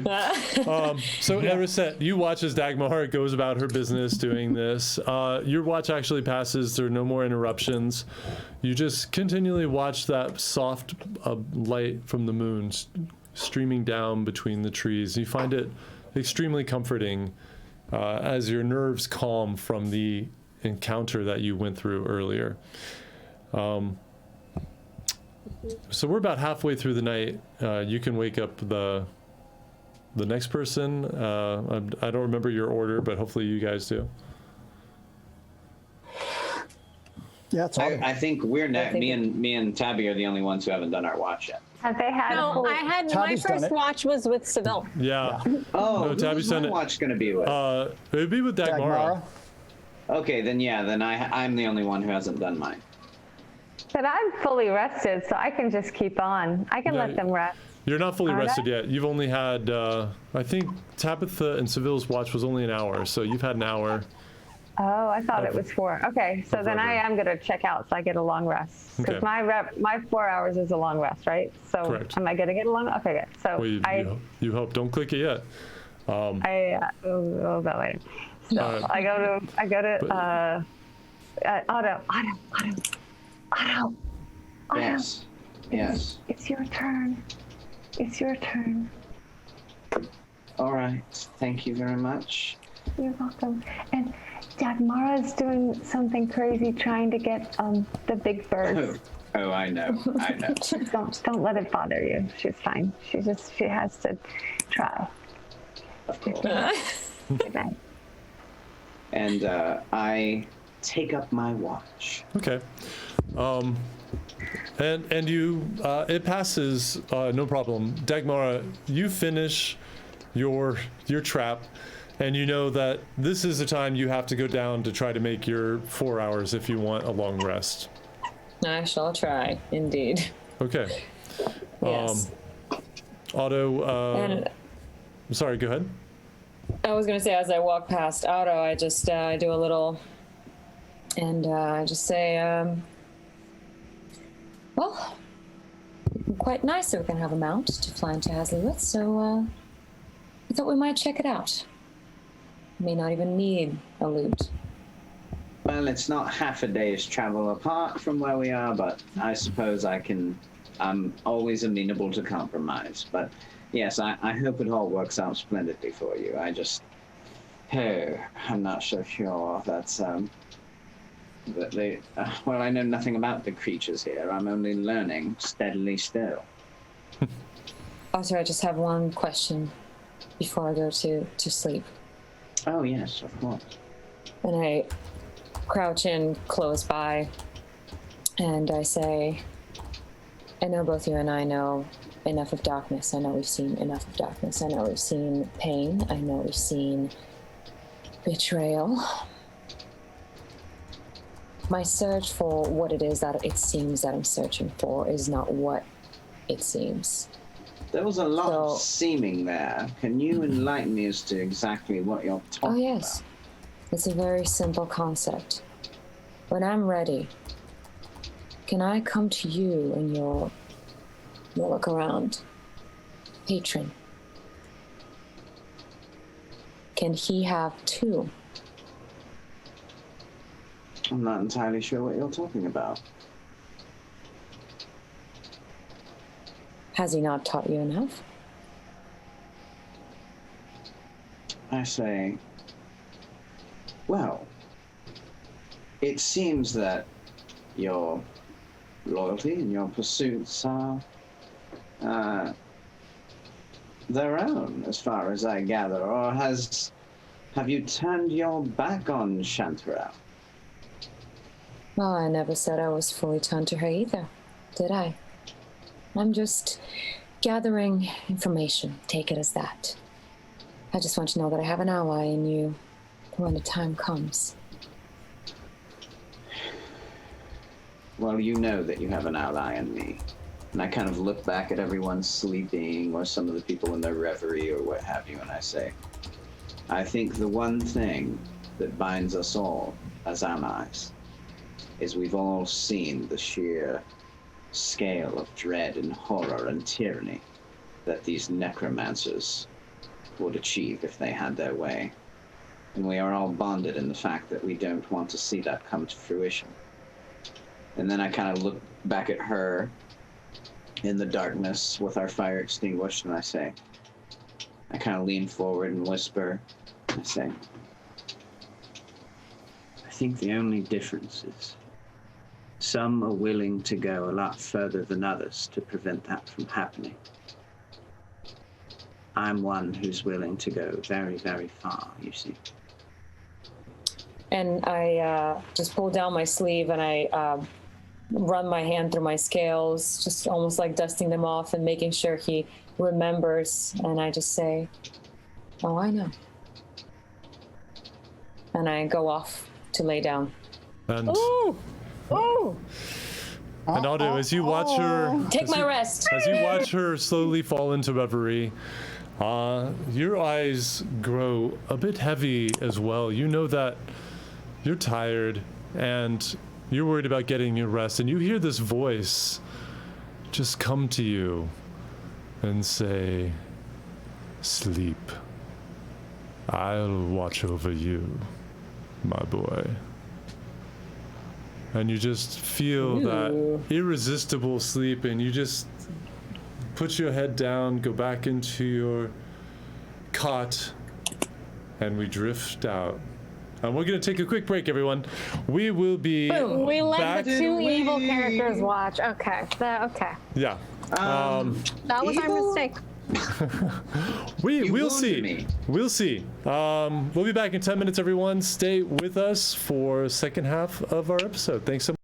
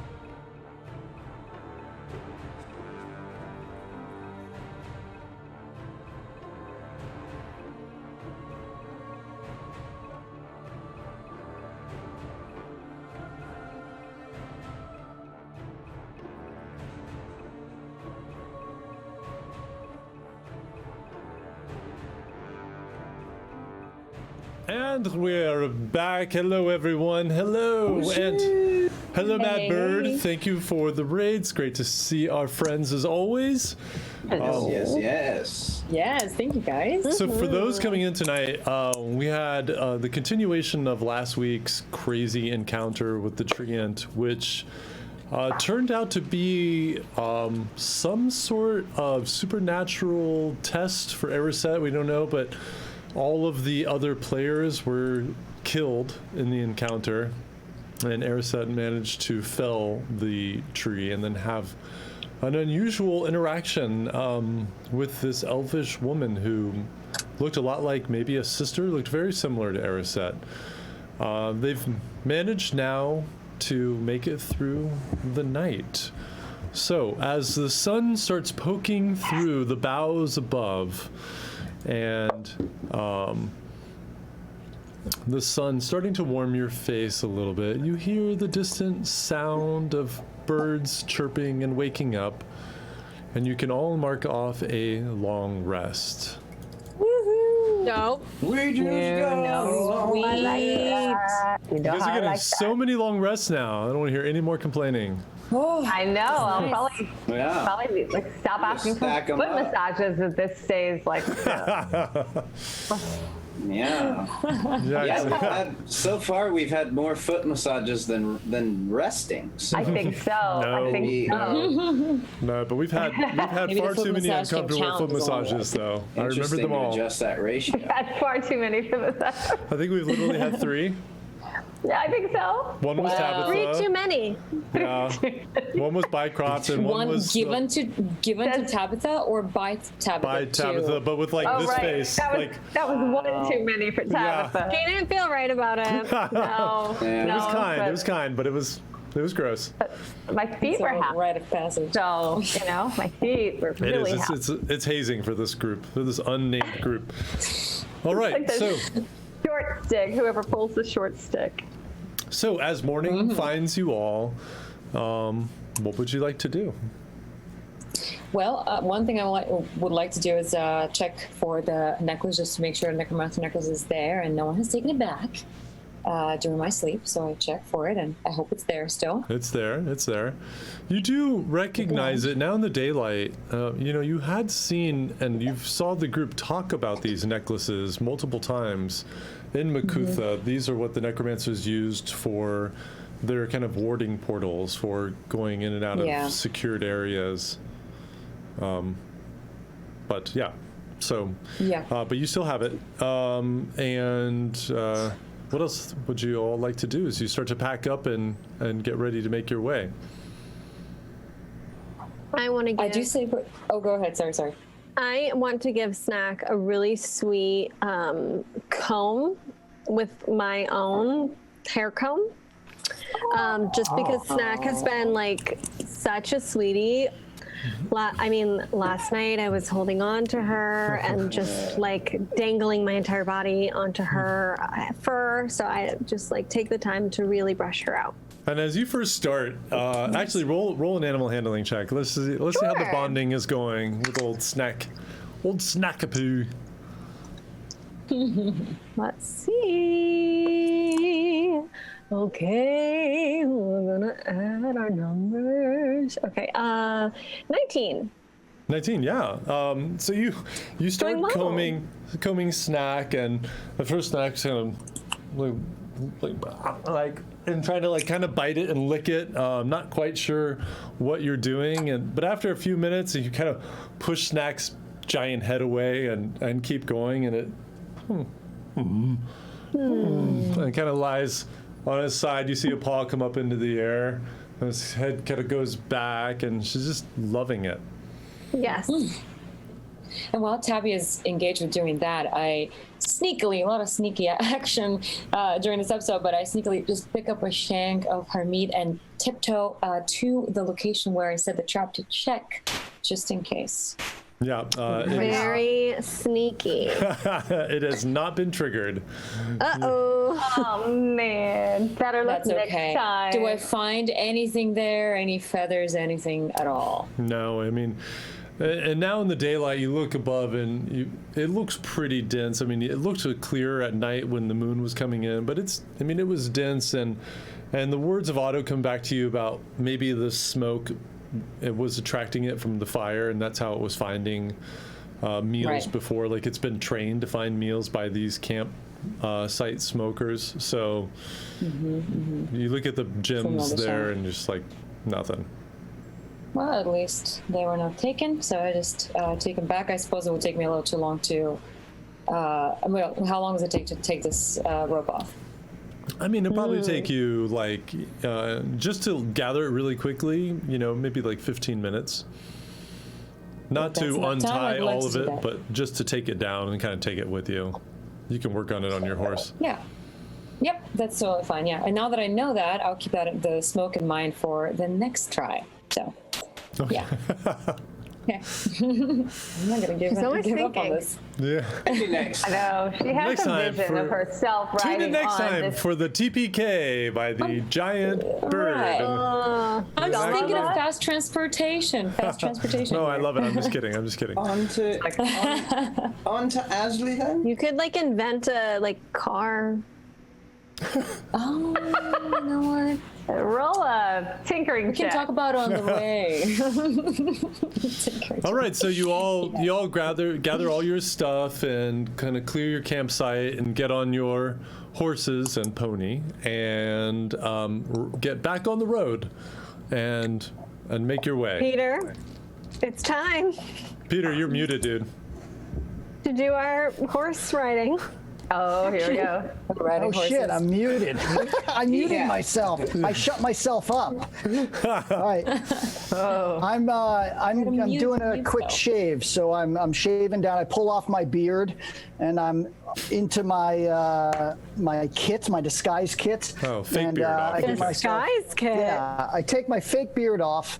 I shave my face down, and I'm gonna put on a thinner mustache, a little Wow. little soul patch here, and a chin, like a chin strap beard right here. And I'm just going to be clean shaven. It's a, and it's I'm a on my for way. sure look. That's a you're look. going I'm for. feeling like a Ming Yeah. the Merciless kind of thing going on here, if I remember correctly. That's some weird. It's very goatee sounding to me. Kind of, just a little. I might have it next week. I was You might have to thinking. see it. I was thinking it sounded very Dave Navarro for me. Yeah. Oh, Okay, that's a yeah. good reference That's, for that. That's a better Yeah, there we reference. go. I like You feeling guys that. forgot about him for a second, didn't you? We I did. I totally You forgot forgot about For about a him for a minute. second. Once married to Carmen Electra. Yeah, and I'd like to Oh. believe Back. in my heart that his facial hair has not changed. It probably has not. Probably He not. seems like the kind of guy who would be very Commits slow to to it, change that, right? Yeah. Well,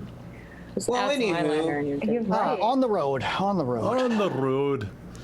All right, so, Yes, we're riding. all right, and I'm Okay. going to assume that you're traveling at the same kind of, like, quick as At a you can medium for long pace. distance. Pace, Like yeah. a canter.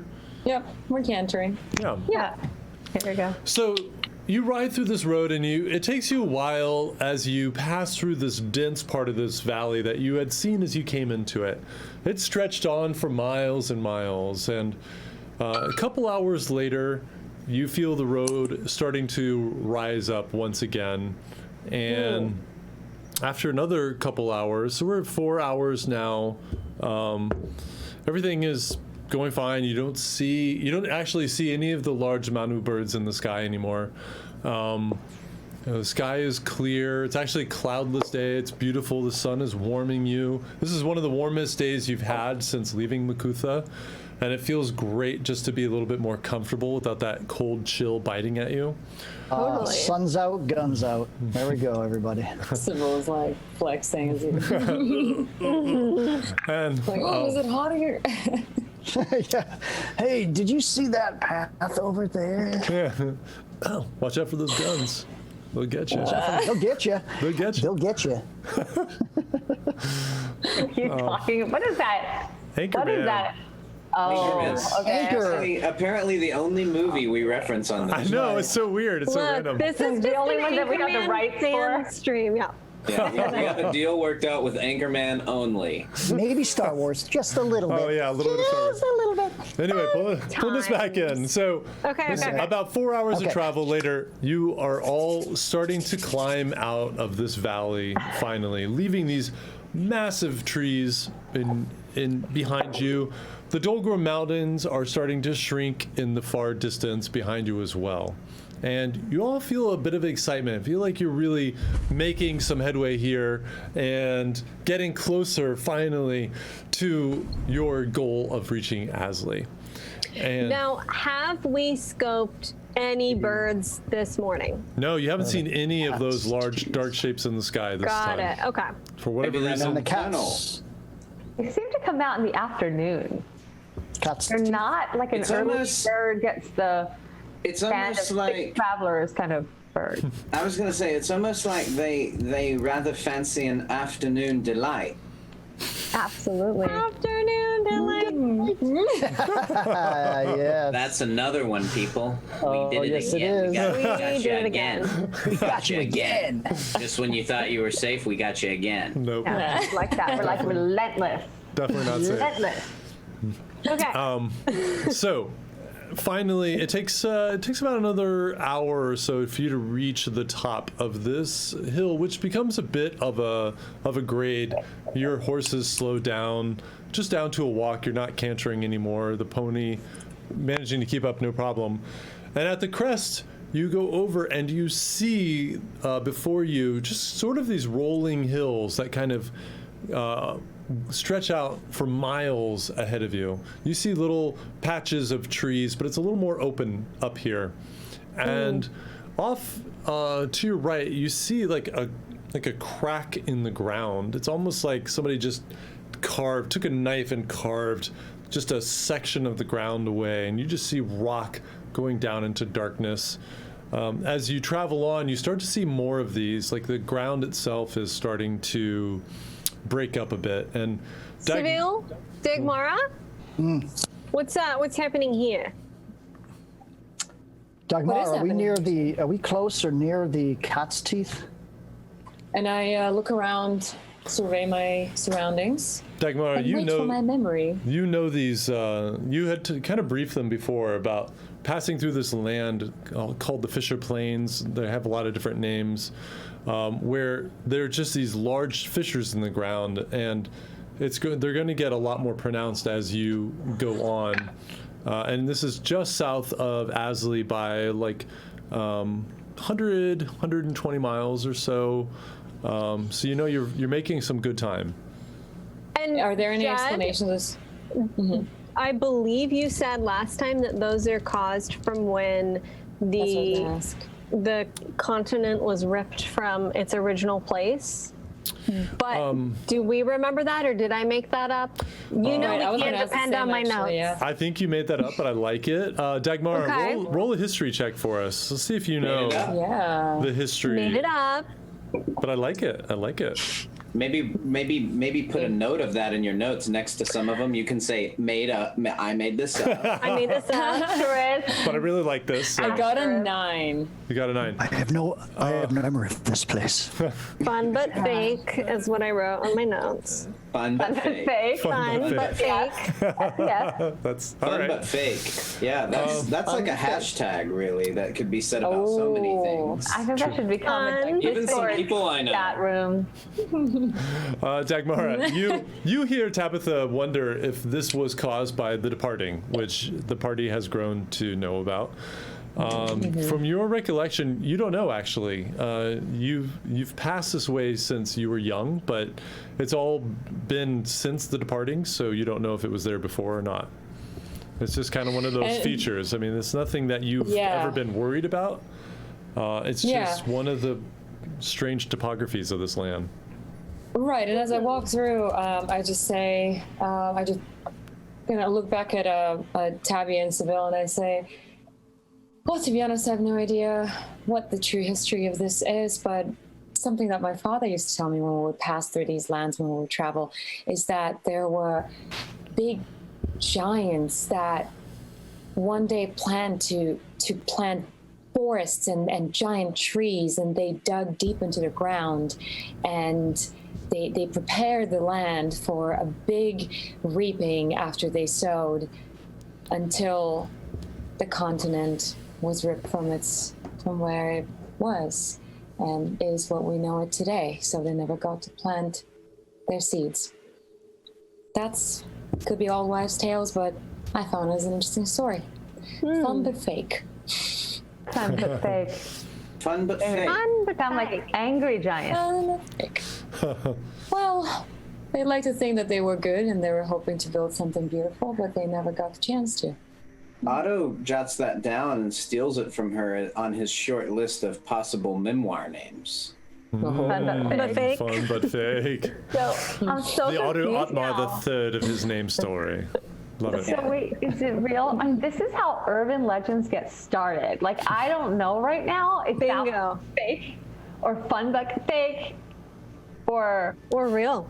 Right. Sometimes something is so fun that you know it's fake, but you just kind of suspend your disbelief and you don't really. You just turn it into canon. I think that's how all urban legends get started. Yeah, I want to keep believing it just because it's cool. Yeah, I do. I mean, when all this is over, I'll remember about giants. Like, that's what I'll remember. Yeah. Giant say that, worms below us, everyone. Giant worms. Or that time that we all died, but it was fake. All right. Yeah. So much Too soon. not so much fun though. Although they don't know. I guess you guys don't know. It was fun when it was over. We don't know about it. Just you. I'll tell you guys course this. not. Of So course not. this is a good time for me to say, as we're traveling, you guys, now that you're all awake, I have to tell you the craziest thing that happened last night.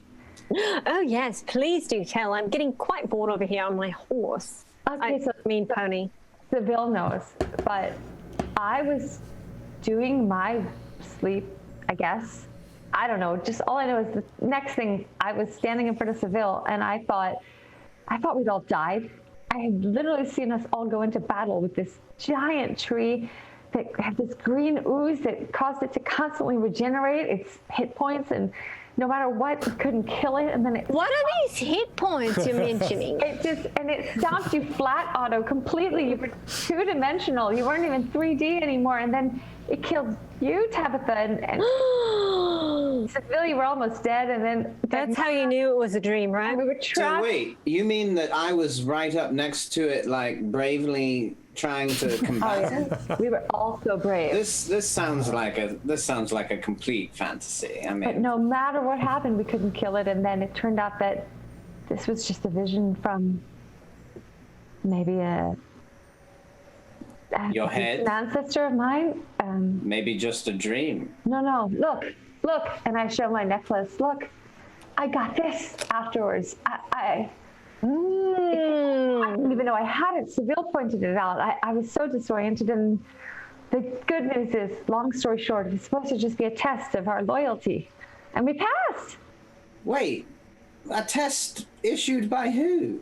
You don't even know for sure? Just No, some- it was these forces of good. A lot of really good forces.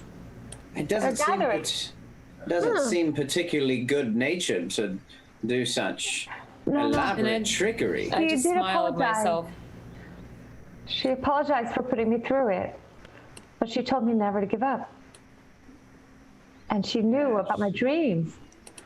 And she left me with this, so I think it's a good sign. Seville, you Well, thought I it was think a good that's a sign. beautiful message. I thought it was a I good think that's a omen. beautiful promise. Wait, Beautiful you message. think that a dream wherein we were all killed is a good omen? That sounds No. like a textbook bad. Well, let's be clear. I didn't die.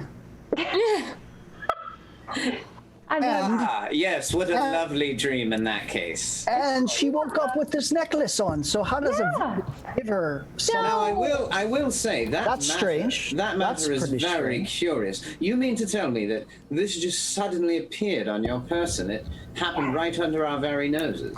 I didn't even know I had it. Seville was the one who said, "What is that?" He said, "Where did you get that?"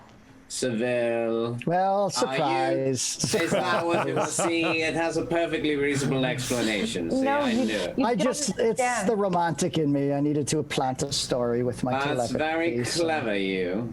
So I am just kind of lingering towards the back of the group, and I think I have come up with exactly what happened.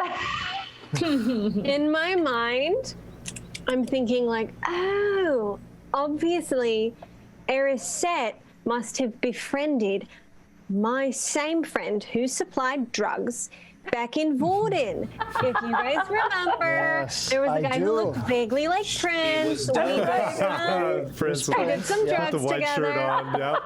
He Yeah. was fly and dope, but not very brave. Anyway, so I'm thinking, that's why she Well, got the drugs. it's And true. he gave her that amazing necklace, and she's just now bringing it up to try to seem super interesting for us. When really Got it. she was just Yes. dosed. Well, yes.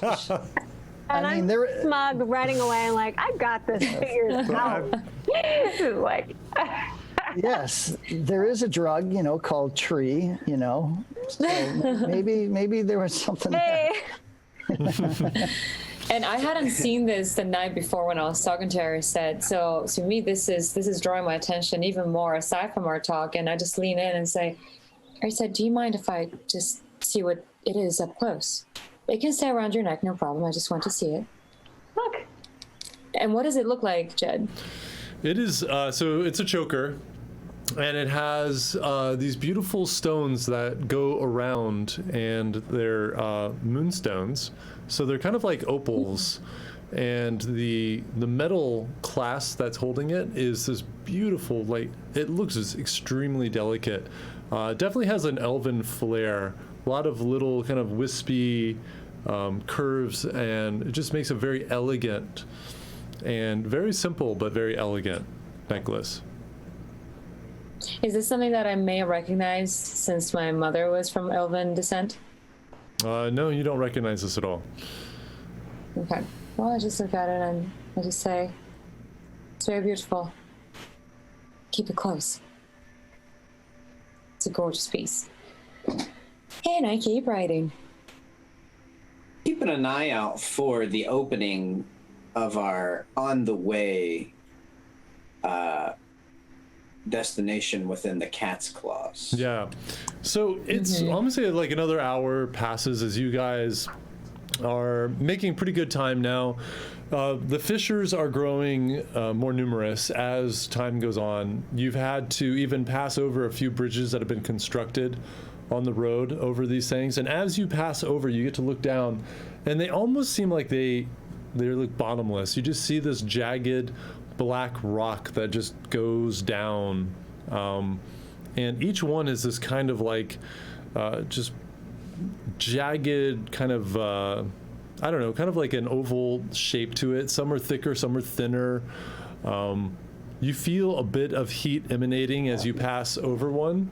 There's no sulfuric smell or anything like that, but there's definitely like a heat rising up out of these fissures. And Tabitha has also, she's just having the smuggest morning ever. She's thinking back and like being like, yes, obviously these fissures are from when this place separated from Faerun and our world, and then now there's like steam coming from the energy of, and she just like kind of makes up these crazy hypotheses in her head as she's trotting along, being like, I'm come up with everything. Are you sure you want to ghost again? As a stark contrast to that, I'm coming up with this thought of this idea. I was like, and as I'm writing, I kind of get excited and I say, oh, and a part of the legend that my father would tell me is that some of the giants did manage to plant the seeds deep, deep, deep down there, and they're currently ruminating, and that is why we see the heat coming up. And Tevin and I, we vowed that we would come here at some point and try to climb down and find them. And I get a little gloomy thinking about that.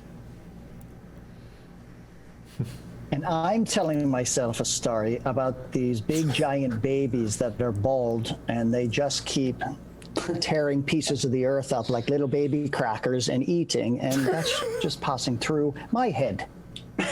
Look, we all come up with our own theories. Okay, yeah, that's, and you know, I can see you all That's what passing. happens once you get into bro science, y'all.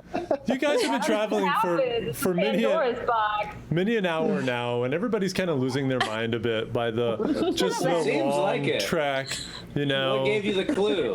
Yeah, your asses are all hurting underneath these beasts that have been laboring for hours. And that's and why I hours. wanted birds. That's why I wanted the birds, you guys. Fair enough. I mean, you tried. You True. There's still hope. All right, are you guys taking any? I'll just say that you guys took a lunch. You know, you took a break. If there's anything special you want to do other than that, I'm just trying to move you guys along. No, I think move along. we sort of would take breaks whenever it Keep felt going. right. Have some lunch, have some food, but you know, ultimately, I think we're trying to make good pace to our destination. We're Okay, trying to get where we're going. I'll say by kind of middle of the afternoon, as you're starting to once again climb up a long sloping land, you can see bits of mountain off to the left in the far distance, and then After about another hour, you see these peaks start to form. Dagmara, you recognize them right away. You know that those are the cat's teeth, right off to the right. And as you all kind of go up, you can see there are two very tall, very sharp peaks with three shorter peaks in between, and they do resemble cat's teeth. And they look like at this point they're probably only about 20 miles away from the relative area and valley that it overlooks.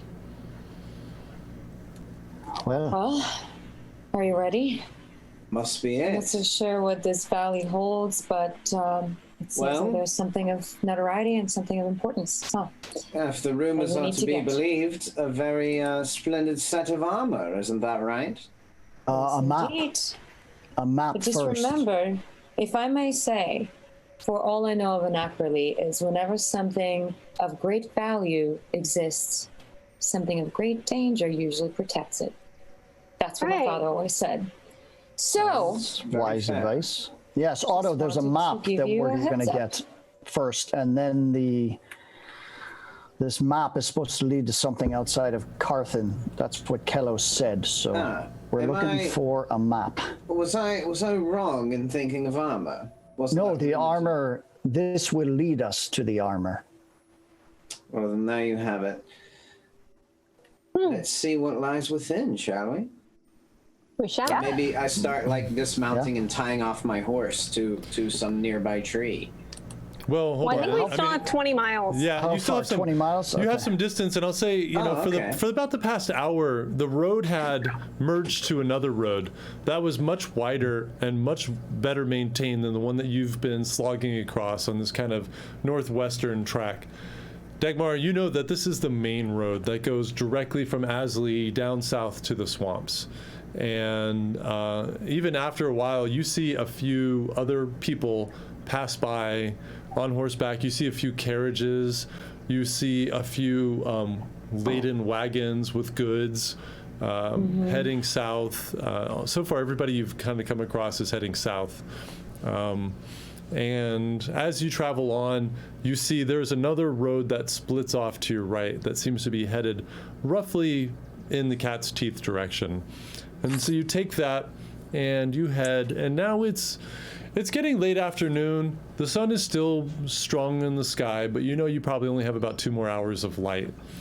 And when you are at the right point, you turn off of the road and you start making your way through very loose woods here. So it's very easy going. You just weave your way through trees and over fairly smooth ground, and you can see it starting to dip down. And after a bit, you come to the edge, looking down into this valley at the feet of the Cat's Teeth Mountain. And what you see is one massive fissure that just seems to span the length 10, 15, maybe more miles at the bottom of this valley, stretching east-west. And it's, I mean, it's got to be a mile across at its widest point. And you make your way down, and you can see that the growth in trees is a little bit different here. It's gotten warmer the entire time that you've traveled. And as you've gotten from altitude down lower, and it's just warmed up. And so now we're looking at it's like 60s. It's really nice. Almost even pushing into the 70s, almost like high 70s as you go down into this valley. It's getting moister. The trees have gone from those kind of fir trees to almost not quite tropical, but to kind of these wide-leaf plants, and you're seeing more ground cover, and you're seeing more animals darting about, small animals. Snack has been having a field day, shooting off and catching all sorts of these kind of large crustacean-looking creatures that you hear just crunching the shell and eating, to these furry ones that he catches going up trees and getting his fill. Snack is quite happy here. After about another hour, the sun here is starting to go down, and because it's behind the mountains, it's even darker in this valley.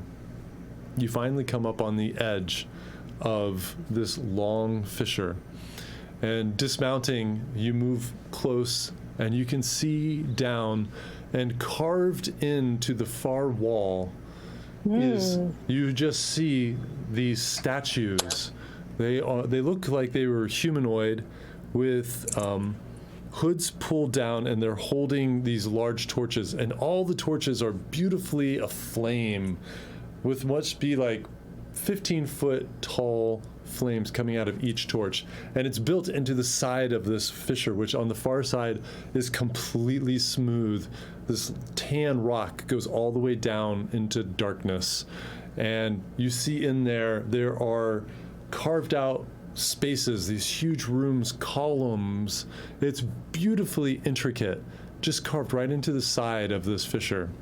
And you see there are, maybe about a mile down, there's a bridge that goes across to the other side. Is there a way to get down to that bridge? Yeah, you just go along the edge. You can make your way down. Yeah, I want to get closer to the bridge. Okay. Let's get closer to the bridge and maybe keep our wits about us. Yep. Yeah, can I Absolutely. look around me? See if Try I to focus on, Yeah, can I do a little? roll perception. And I'm just looking around and kind of marveling it, at the same time being cautious because I've never really been here and just discovering this new place. I got a 9. A 9. You're kind of taken aback by how beautiful and otherworldly the sight is before you. And you look around the forest looking for danger. You don't see anything.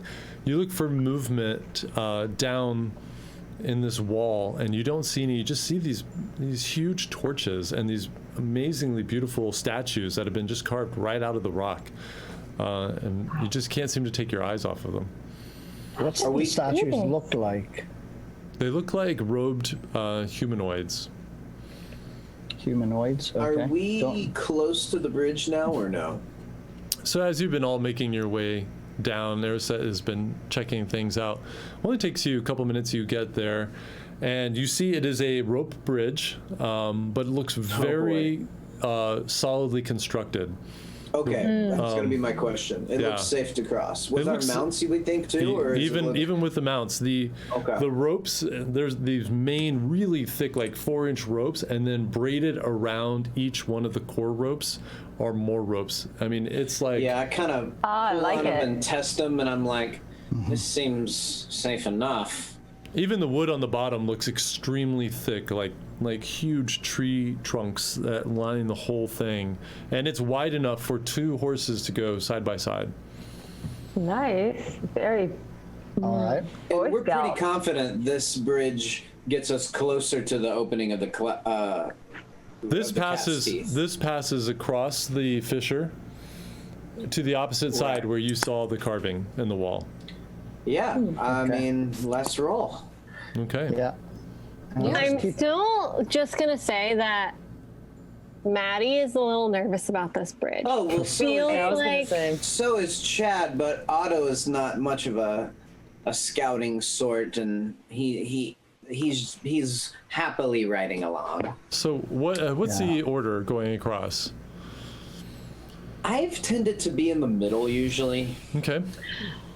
I'm not feeling like I want to be the first. I'm like not it because I'll be up front. I'll be up front since. Okay, I think I should go in front, and here's why. Yeah. If Me and this Tabby thing will. can't hold us, it would be cheaper for us to get another pony replacement, and I'm really good at climbing. So if I fall, there's a chance I could climb back up. Hey, if you want to go love first, it. I don't think anyone's gonna And stop. I think it should be one at a time, at least, just see how far Tabby goes, All right. just to kind of get Till a she sense of this. maybe plummets to her second death of the day. We'll see what happens. Okay. We'll see. So Tabitha, To die Yeah. twice in one day, that would be impressive. Okay, and I scoop up some pebbles and I put them in her hand, and I say, before you take a step on the bridge, toss this in front of you, and if you hear it fall, then you know it's real. Don't take a step unless you hear the pebble hit the ground. Just And cross Tabby. the bridge. And I'm very inspired by Okay. what Tabby usually does to support herself and to protect herself. I just take my a rope and I wrap it around her waist, and I just nod. Go on. You tied rope around her?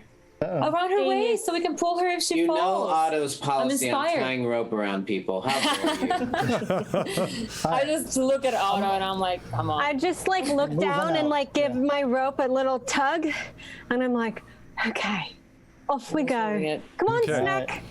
And you start trotting down the bridge, and you look back, and Snack is just standing right at the edge of the bridge, like Wee. not moving. Okay. I'm like, that's not bound to be a very good sign now, is it? But you hear just the carry on. hooves hitting, and you hear the wood underneath kind of creaking, but you know, and you see the ropes kind of dipping and moving with your pony's weight, but the wood is holding and seems to be okay as you're going across. Snack is still behind you, just sits down now, just watching you like, Okay, how's my rope, my waist rope?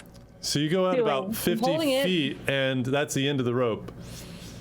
Ah, shoot. All right, Well, maybe, and I like call back, and I'm I'll like, go. Oh, I'll you go out there. didn't think about maybe that, did you? create an extender? I was about to say, No. does someone have rope? Or stop tying ropes around people. Let's just cross this bridge. Odo, do you want our favorite halfling to plummet to her death? Do you have a rope? No, and I gallop across the bridge. Oh, nice. Wow. Shoot. Just from this- end to end. So Otto rears up the horse and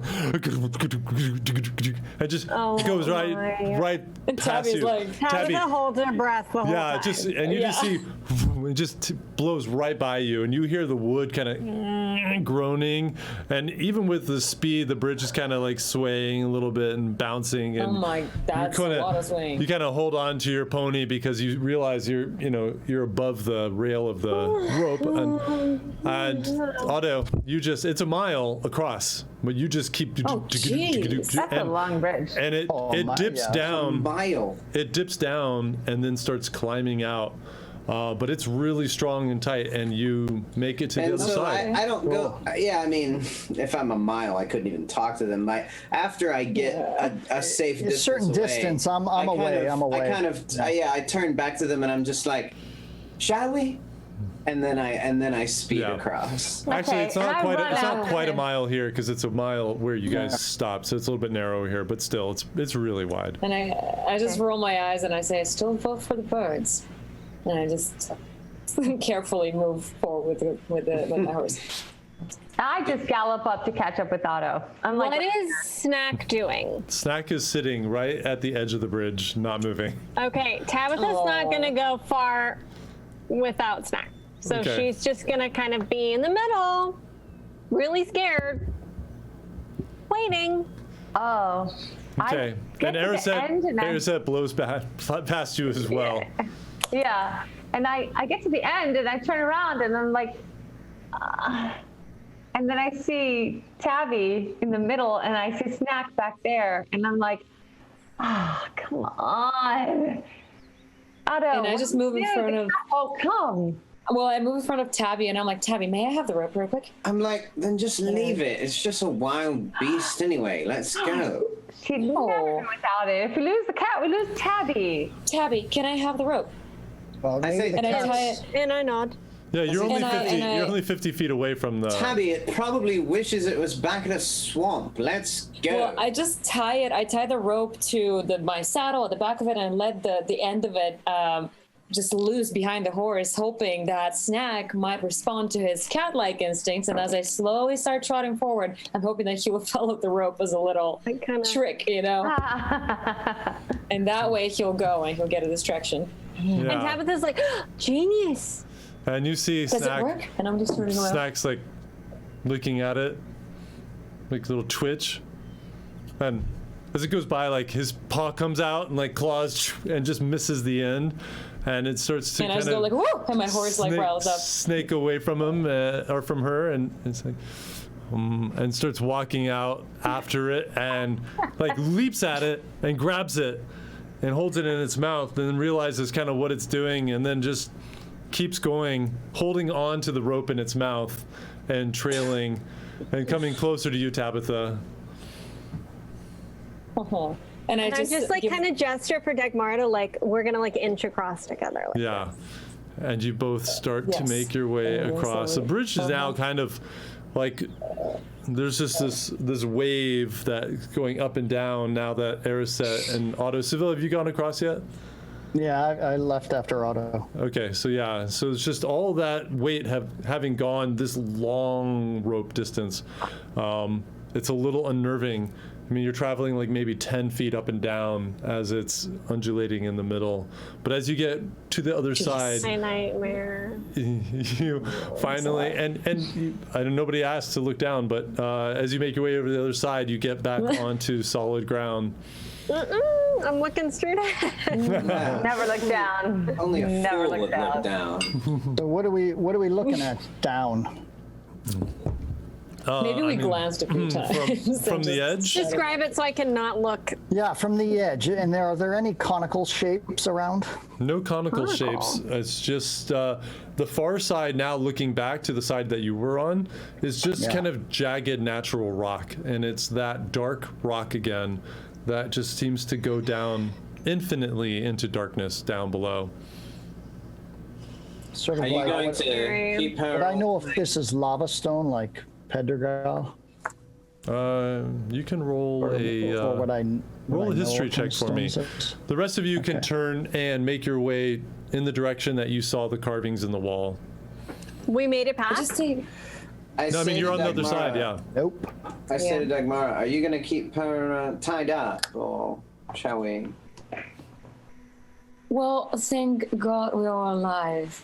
Huh? How about that? I think we're good so far, Otto, unless you would like to No. safeguard no, something of yours. No.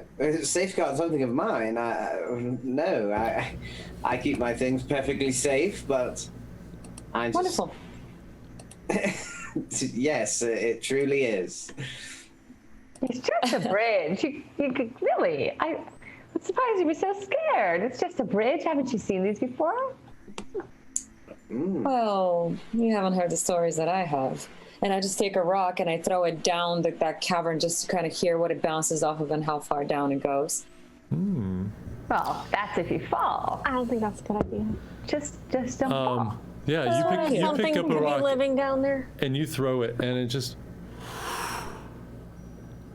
And you wait, and you're all listening, and you wait, and 30 seconds pass, and 45 seconds, a minute, no sound.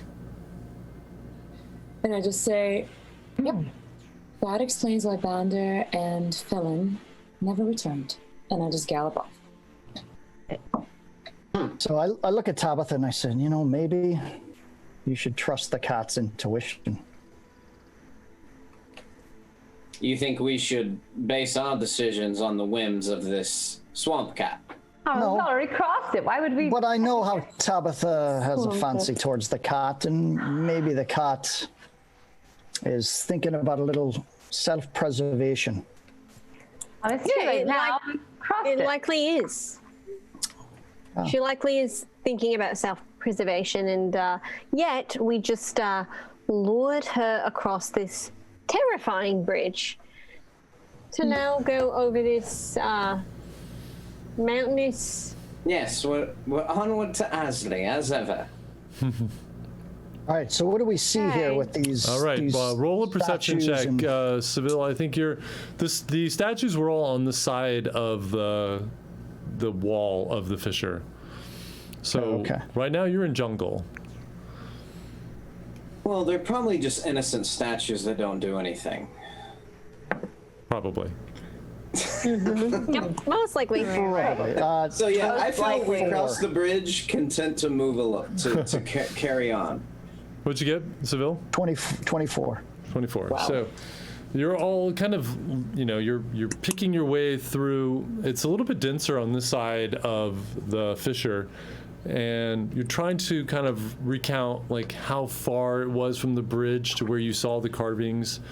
And after a while, you feel like this has got to be the spot. And you're not seeing anything obvious. You're not seeing any entrances.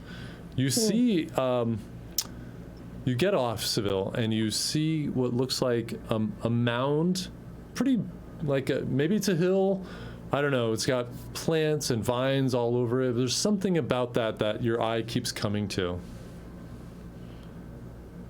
A mound or a hill? All right. I point it out to everyone and approach, but I'm looking to see if there's any, any leftover remnants of something or... Yeah, you don't see anything else. or- There's just something about this hill that seems a little out of place with the rest of the topography around you. And Does it? Go ahead. Sorry, go ahead. No, you go I ahead. was just gonna say, does it look like there's a way to avoid this hill if we wanted to? Absolutely. You could definitely go around it. Okay. That's all I was wondering. Sorry, go ahead. That's all right. What are you doing, Seville? I'm just going to approach as close as I can just to see if I notice anything on the approach or anything that stands out about the hill. Is it a feeling or something I'm seeing? It's just something that it's the only one. The rest of the ground in this area is pretty flat for the most part. A lot of trees, a lot of shrubs, and then there's this mound that's maybe 15 feet high or so, 20 feet across. It looks natural. There's so much plant life all over it. All right. But as you get closer, you can see it's a bunch of vines have grown like over each other. And how close are you going to get to it? I'll get to within about, well, I No, don't just know, kidding. about 60 some feet. I'm not going to get up to it because I don't want to, in this land, I don't know what's here. So this might be, some creature might be buried under there. So I'm not going to get too close to where it can just go. Yeah, I mean, at 60 So- feet, That wouldn't be good. you can't really tell. It just looks like there's a bunch of vegetation. What is it, Seville? I don't know. Well, look at the topography here. There's just this mound here. It's just odd. And it's filled with just different kind of vegetation here. Crossed over vines, like something's growing on top of it, perhaps. Seville, about a week ago when we first met you, you just kept claiming that you were an expert on everything about a necroly. And the further we get into a necroly, the more I've realized you don't know what the hell is going on better than any of us. Well, I have to tell you, I'm not from Anacroli, and my name isn't Seville. What? Oh. I haven't been in the south. No, honestly, I'm trained in the north. I haven't been, I don't know much about the south, to be honest. But when we get near Carthan in my land, then you can ask me all you want, but no. Well- this is Okay, not well, my I'm just going to story. say it's a hole in your education. So maybe That's true. they should focus on that a bit more. All right. Well, do we think that this is potentially covering this entrance to where we're trying to go, or could it be something unrelated? Possibly. All you know is you look in Seville's you look Let's make you it look I'll across approach a little, yeah. you look across the way, and you can kind of see the area that you came down through. So you think you are directly across from where you first laid eyes on this fissure, and so you think you're probably above the carvings. Remind me what we came here for. What was it at the cat's teeth anyway? Remember, we're on our way to Asley on important business, but of Yes. course we But why? learned that there was. Sorry? Yes, there was something at the cat's teeth, right? Right. We Yeah. learned that on the way we would pass the cat's teeth. Right. Where there was a, let's say, clue to a legendary suit of armor left behind in some place. Don't I have that right, Seville? That's correct. So In we're Seville's trying to find defense. a map to this place. The two townsfolk that we lost to this place in Seville's defense were never found. There was no traces, and this place can be very treacherous, is from what I've heard, and I don't quite trust its beauty either. Neither do I So trust the vines. I pick up squint my my hand eyes crossbow and shoot at it. Okay, sorry. You go ahead, and then I'll. Yeah. Good Okay. idea. I was thinking of throwing some. I'll fire a bolt into the top of the mound. All right.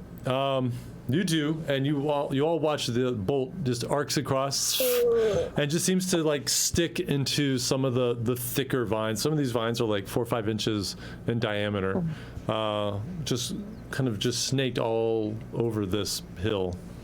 I look around. Nothing happens? No. I look around and I say, if I'm kind of twirling at my mustache, if I were a map, where would I hide? Because I think we might be reasonably close to where the map could be, right? Based on what we were told. I mean, you see what looks like layers of some kind of structure carved into the side of this fissure down below you. Into the rock. Layers carved into the fissure. So it looks like, are these layers like higher in elevation than the bottom? Are they visible, or they were visible from the other side? Again, it's like you're standing in a canyon and you're looking across to the rock on the far side. From the opposite side, from the top, like down maybe 40, 50 feet, are the first carvings. You see these really large statues, and now knowing how far across that is, you imagine these statues must be 30, 40 feet in height, each one of them, because they have flames coming in that are still lit, and the flames are probably 15 feet coming out of these torches that these statues are holding. And then beyond that, you see, looks like there must be rooms or something carved into the rock. There are columns and other ornamentation that show that there might be a whole city carved into the side of this fissure. Down below us. Down below I you. think so. You're standing on the alright. surface over it. Okay, I take my rope, I tie it let's to see the if we can- side of the rope bridge, and I just start to shimmy down to the first ledge. Brave. I think it's going to be this way. Oh, all right. Okay. I just gonna see how this plays out. Yeah. I So was gonna your say, let us rope is know. We're is just kind of 50. eating popcorn. Yeah. So your rope is 50 feet long, and you tying it off to the closest tree to the edge, you probably lose about 15 feet total length of your rope for wrapping around the Okay. tree and tying your knot. So you start to make your way down, and you can see that it's down there, but you're not going to be able to make it with the rope length that you have. Can't I jump down from my rope? And I'm so nervous. I'm like picking my nails and The only thing from really- your perspective that extrudes Yeah, I'm out brushing my hair. from the wall are the torches. Everything else is carved into the rock that you couldn't see until you were directly over looking down. Looks like people hung here and carved in. This is making my hands start to sweat. There's got to be a going down a rope. entrance. Perfect. You might have like a pick or some like crampons or like things you would use to do some climbing in cold weather. Maybe that could work. And Erisette, you do notice that it looks like they smoothed out the entire rock face on this side for hundreds of feet across, and looks like they went down. You can see where it stops, and the rock becomes natural and jagged on each side. And looking across the way, again, across the fissure, you see over there, it's all natural, just, cracked rock all the way down. So they have gone through the trouble of flattening this. I mean, it's an amazing feat of what Seems like that they somebody don't has done. want you And just to down confirm there. for my own knowledge, all we know is that the map is somewhere near here. Not that we don't know if it's up, down, around. That's basically all that we would really Correct. know, right? Okay, can I climb back up? I'm just saying, I wish you had a bird's eye view. Yeah, you climb back up. Okay. I'm going to cover me with your bows and magic. I'm going to go to this hill. Maybe there's an entrance or something that takes us into this thing down, and I don't know. Or we could tie two ropes together. I mean, it's almost there, within reach. It's just. Did you see anywhere you could get in? You couldn't see. I mean, there were maybe dark spots below you, but from your perspective, scaling the wall, you couldn't see. Where are the Couldn't say for statues sure. in relation to us now? Below you, still. Where I just scaled, right? Aren't Yeah. they down Well, we where I couldn't quite get to them. Correct. So I how see. much further do you need to get to one that looks like an entrance or on top of the statue or I something? mean, we It just doesn't make any sense. If someone was going to enter into there, they wouldn't be rappelling down. I mean, why go through all the trouble be a just side to entrance. yeah, walk across a bridge and rappel down? It doesn't make any sense. But at least you can check what's there. True. I'm going to walk closer to that hill. It would be. Be careful, Seville. Seville, You can drop some eaves. Cover me. It would be interesting to examine those statues. I tell you, I sense it. There's something there, but I just don't know how to get to it. Seville, you They move put a closer. lot of time into that construction. And you see now that, again, you're seeing all the vegetation. It just seems to be growing over this spot. You look around the rest of the ground, there are definitely vines here and there snaking around the trees. There's a lot of vegetation here, more so than you have seen this entire time. This valley is dense with it. But there's something about the hill and seeing the thickness of the vines that seem to be covering up. How close are you going to move up to it? I'll get to about 20 feet. All right, roll an investigation check. Could this be a giant burial mound? 11. It's hard to tell from this distance because of the vegetation. You can see now that it's just so overgrown. I'll move in. You all Okay, watch. so while he's doing that, I am going to instruct Snack to dig. And I remember that Dagmara had taught me that, like, I needed to, like, kind of help her start a little bit. And so I'm going to be doing that to see if digging helps us. All right, and you're going to do it as well. So roll an animal handling check at advantage. Seville, you move forward very cautiously. The rest of you are watching him. Hand on my whip. Hand on your whip. Eyes darting 16. every direction. It works. Snack starts digging. You're looking around. You see movement off in the trees. You see some kind of small creature, scurries through the bushes and kind of stops your heart for a moment, and you see it just go away. You hear like the of these weird kind of lizardy creatures, and you see snakes not too far away, but nothing immediately dangerous. As you move forward, how close are you moving? I'll move to about, just so I can see something different than all of these vines. So maybe about 10 feet. So 10 feet. Just in whip range, just in the whip range. At 10 feet, you see there's just enough light coming through here. It looks like there's rock or stone or something underneath the vines. So I'll turn back to the party. Looks like there's a structure here covered in the vines. Oh, okay. That's good. Do you want me to see if it's evil? I could cast primeval awareness if it helps you. Wouldn't hurt. Okay. Wouldn't hurt to see if something like that's around here. Okay. So I come closer to him because I know he's there to help me out, and I check to see if I sense anything about this mound. Okay. You close your eyes and you reach out with your awareness, and there's nothing in this mound that hits you. But let me see. Make sure you click a spell slot for this, because it does. Okay. Yeah. But your awareness stretches out more and more, and you feel there's definitely something here. It feels undead below you. So it's not in the mound, but it's under us. What are you feeling? Something. But the mound should be okay. Whew. Good thing I didn't jump off that rope. Let's see if we can hack away some of these vines and see if we can find some kind of... Does this match the stone you saw below?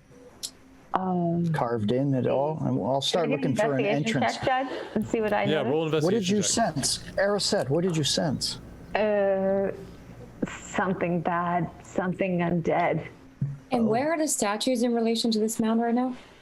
So you They're guys not, are on they're you're on down the below. edge. You're They're on the down edge. below, So right. yeah, so the Below the ravine bridge, below the bridge. is to your right, Right. and it's like if you just jumped off the cliff right where Yeah, you you're would. over there, it'd be right down below you. I got a 20 on my investigation, Judge. Yeah, so Nice. the stone looks different. It looks different than the coloring of the stone that you saw on the side. Yeah, they're not the same. As what did Snack find anything? I got a 16 on the animal handling. Yeah, so Snack started to dig, and after about like 30 seconds, maybe a minute, Snack like doesn't find any food and stops basically, and Okay. you look and it's just like really moist ground. You see a bunch of bugs, basically. Okay, so But I I'm do gonna give Tabby a thumbs up on like, it worked. So I just take my moon dagger and I start to hack at these Your vines. rapier. Yeah, Okay. Or are you gonna just use a dagger? my Moon touched rapier. moon touch rapier, but my dagger, which Okay. seems like Just say you pull out a handy. dagger and you start. Yeah, I just start hacking. hacking. And they're really thick, and there's something about these vines, and you think that some of these must be what they made the rope fibers from, because they're incredibly tough. Okay. It's just like cutting through is really hard, but you finally cut a huge piece away, and another one, and you get enough where you can like pull back the vegetation, and as you rip it back, so you jump, you see this stone face. It's like looking at you. I hit it. All right. Just reflexively, I just crack a whip on it. You see Seville just, and it just slaps that stone, the little silver tip gouging a bit, and it's like ching off of it, and it's just a carving. Hey, thanks for having my back. That was very nice of you. No problem, Wild Sauce, no problem. Let's see if there's a door to this place here. And you guys continue cutting, and after a few more minutes, you see that there are several of these kind of really scary looking faces, and there is a like piece of stone. Looks like it must be a door. It is smooth. It is outlined with these carved faces in this mound. They're giving me an all-over body shiver, like very creepy, bad. Is there any slot on that face of the rock where something can be placed? Are you guys moving? The rest of you moving up now? Yeah, come look, come look. Yeah, I think we all we- noticed that I they found move up. something. Okay, whoever's searching, roll investigation check to see if you can find. Well, I guess Ooh, since natural I 20. come up, I don't know why I wouldn't have a little investigation here. Okay, I got that 6. 25 total. Oh, 25. That'll do. Sorry, Otto. That'll do. So the rest of you are kind of poking around, looking for a way. It doesn't look like there's any way to open this just slab door. Like it was just, like maybe this was one big giant piece of stone and they carved the faces out of it. But Dagmara, you move up. You pull away some more vines, exposing more of these faces, and you're looking for a slot or something, and you can't find anything, but your hand is on one of those faces, and you feel it just like one of the ears moves ever so slightly. And coming back and looking at it, you can see there is like a seam, very, very hairline seam around the ear on this face, and this is on the left side of the doorway. And I turn, here, I found a way. And I take a little dagger that I have, the one that I exchanged with Seville, and I just ever so... Dagmara, wait. Let me Yes? handle. This could be trapped. Let me take a look at it first. You're right. And so I would like to take a look over and see if Okay. this is trapped. Yes. If I that's can get fine. in, just Okay, Some roll. precautions. Yep. Roll investigation check.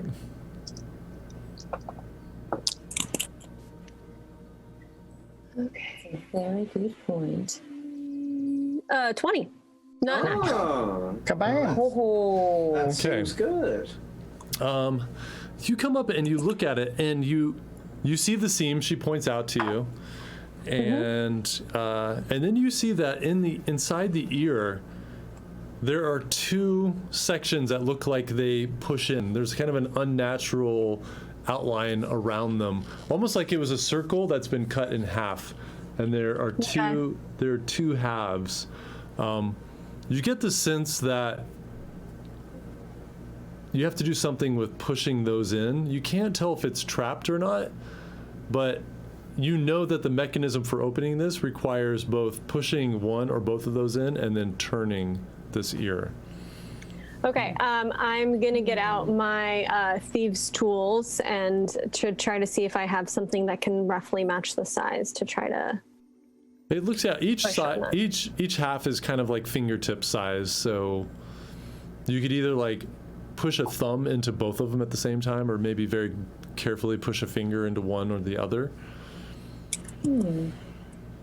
Let's try 2 fingers at the same time. Okay.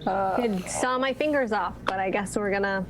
It's either going to be very And good or sew them back up. like a Chinese water torture. You push, and it's really hard. Like, this hasn't moved in a really long time.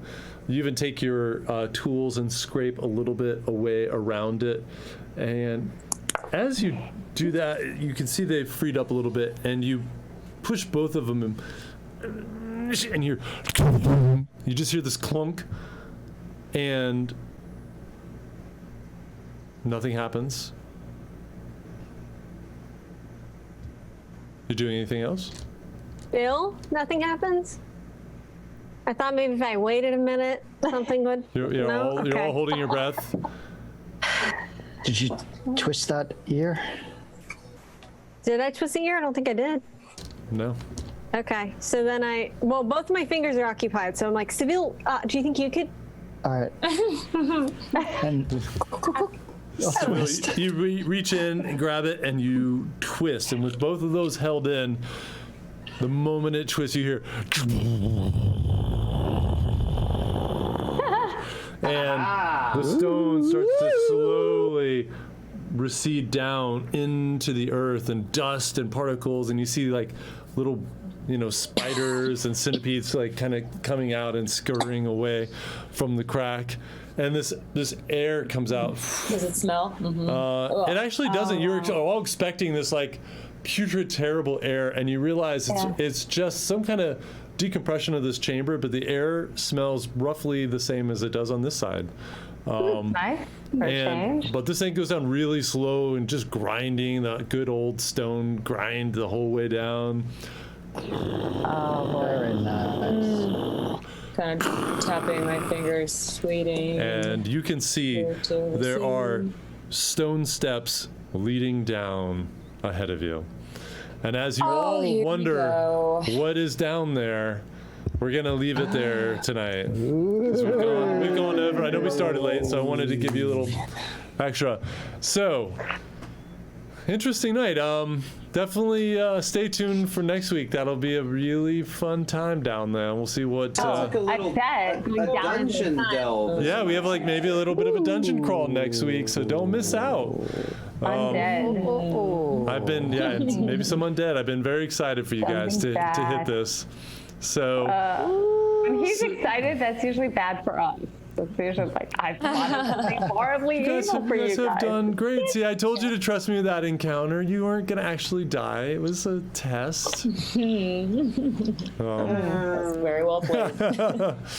You don't even know what you I got still yet. want my birds, though. Yeah, well, I like that side quest to get one of these. Yes, yes. I know. I've made like a Giant. mental note that you want birds, and I'm like gonna try to find one, Thank but it's you. gonna be like a small one, and you're gonna be like, it's too small. You're gonna want A like, little pigeon. yeah. I'll put it with this one. Good enough.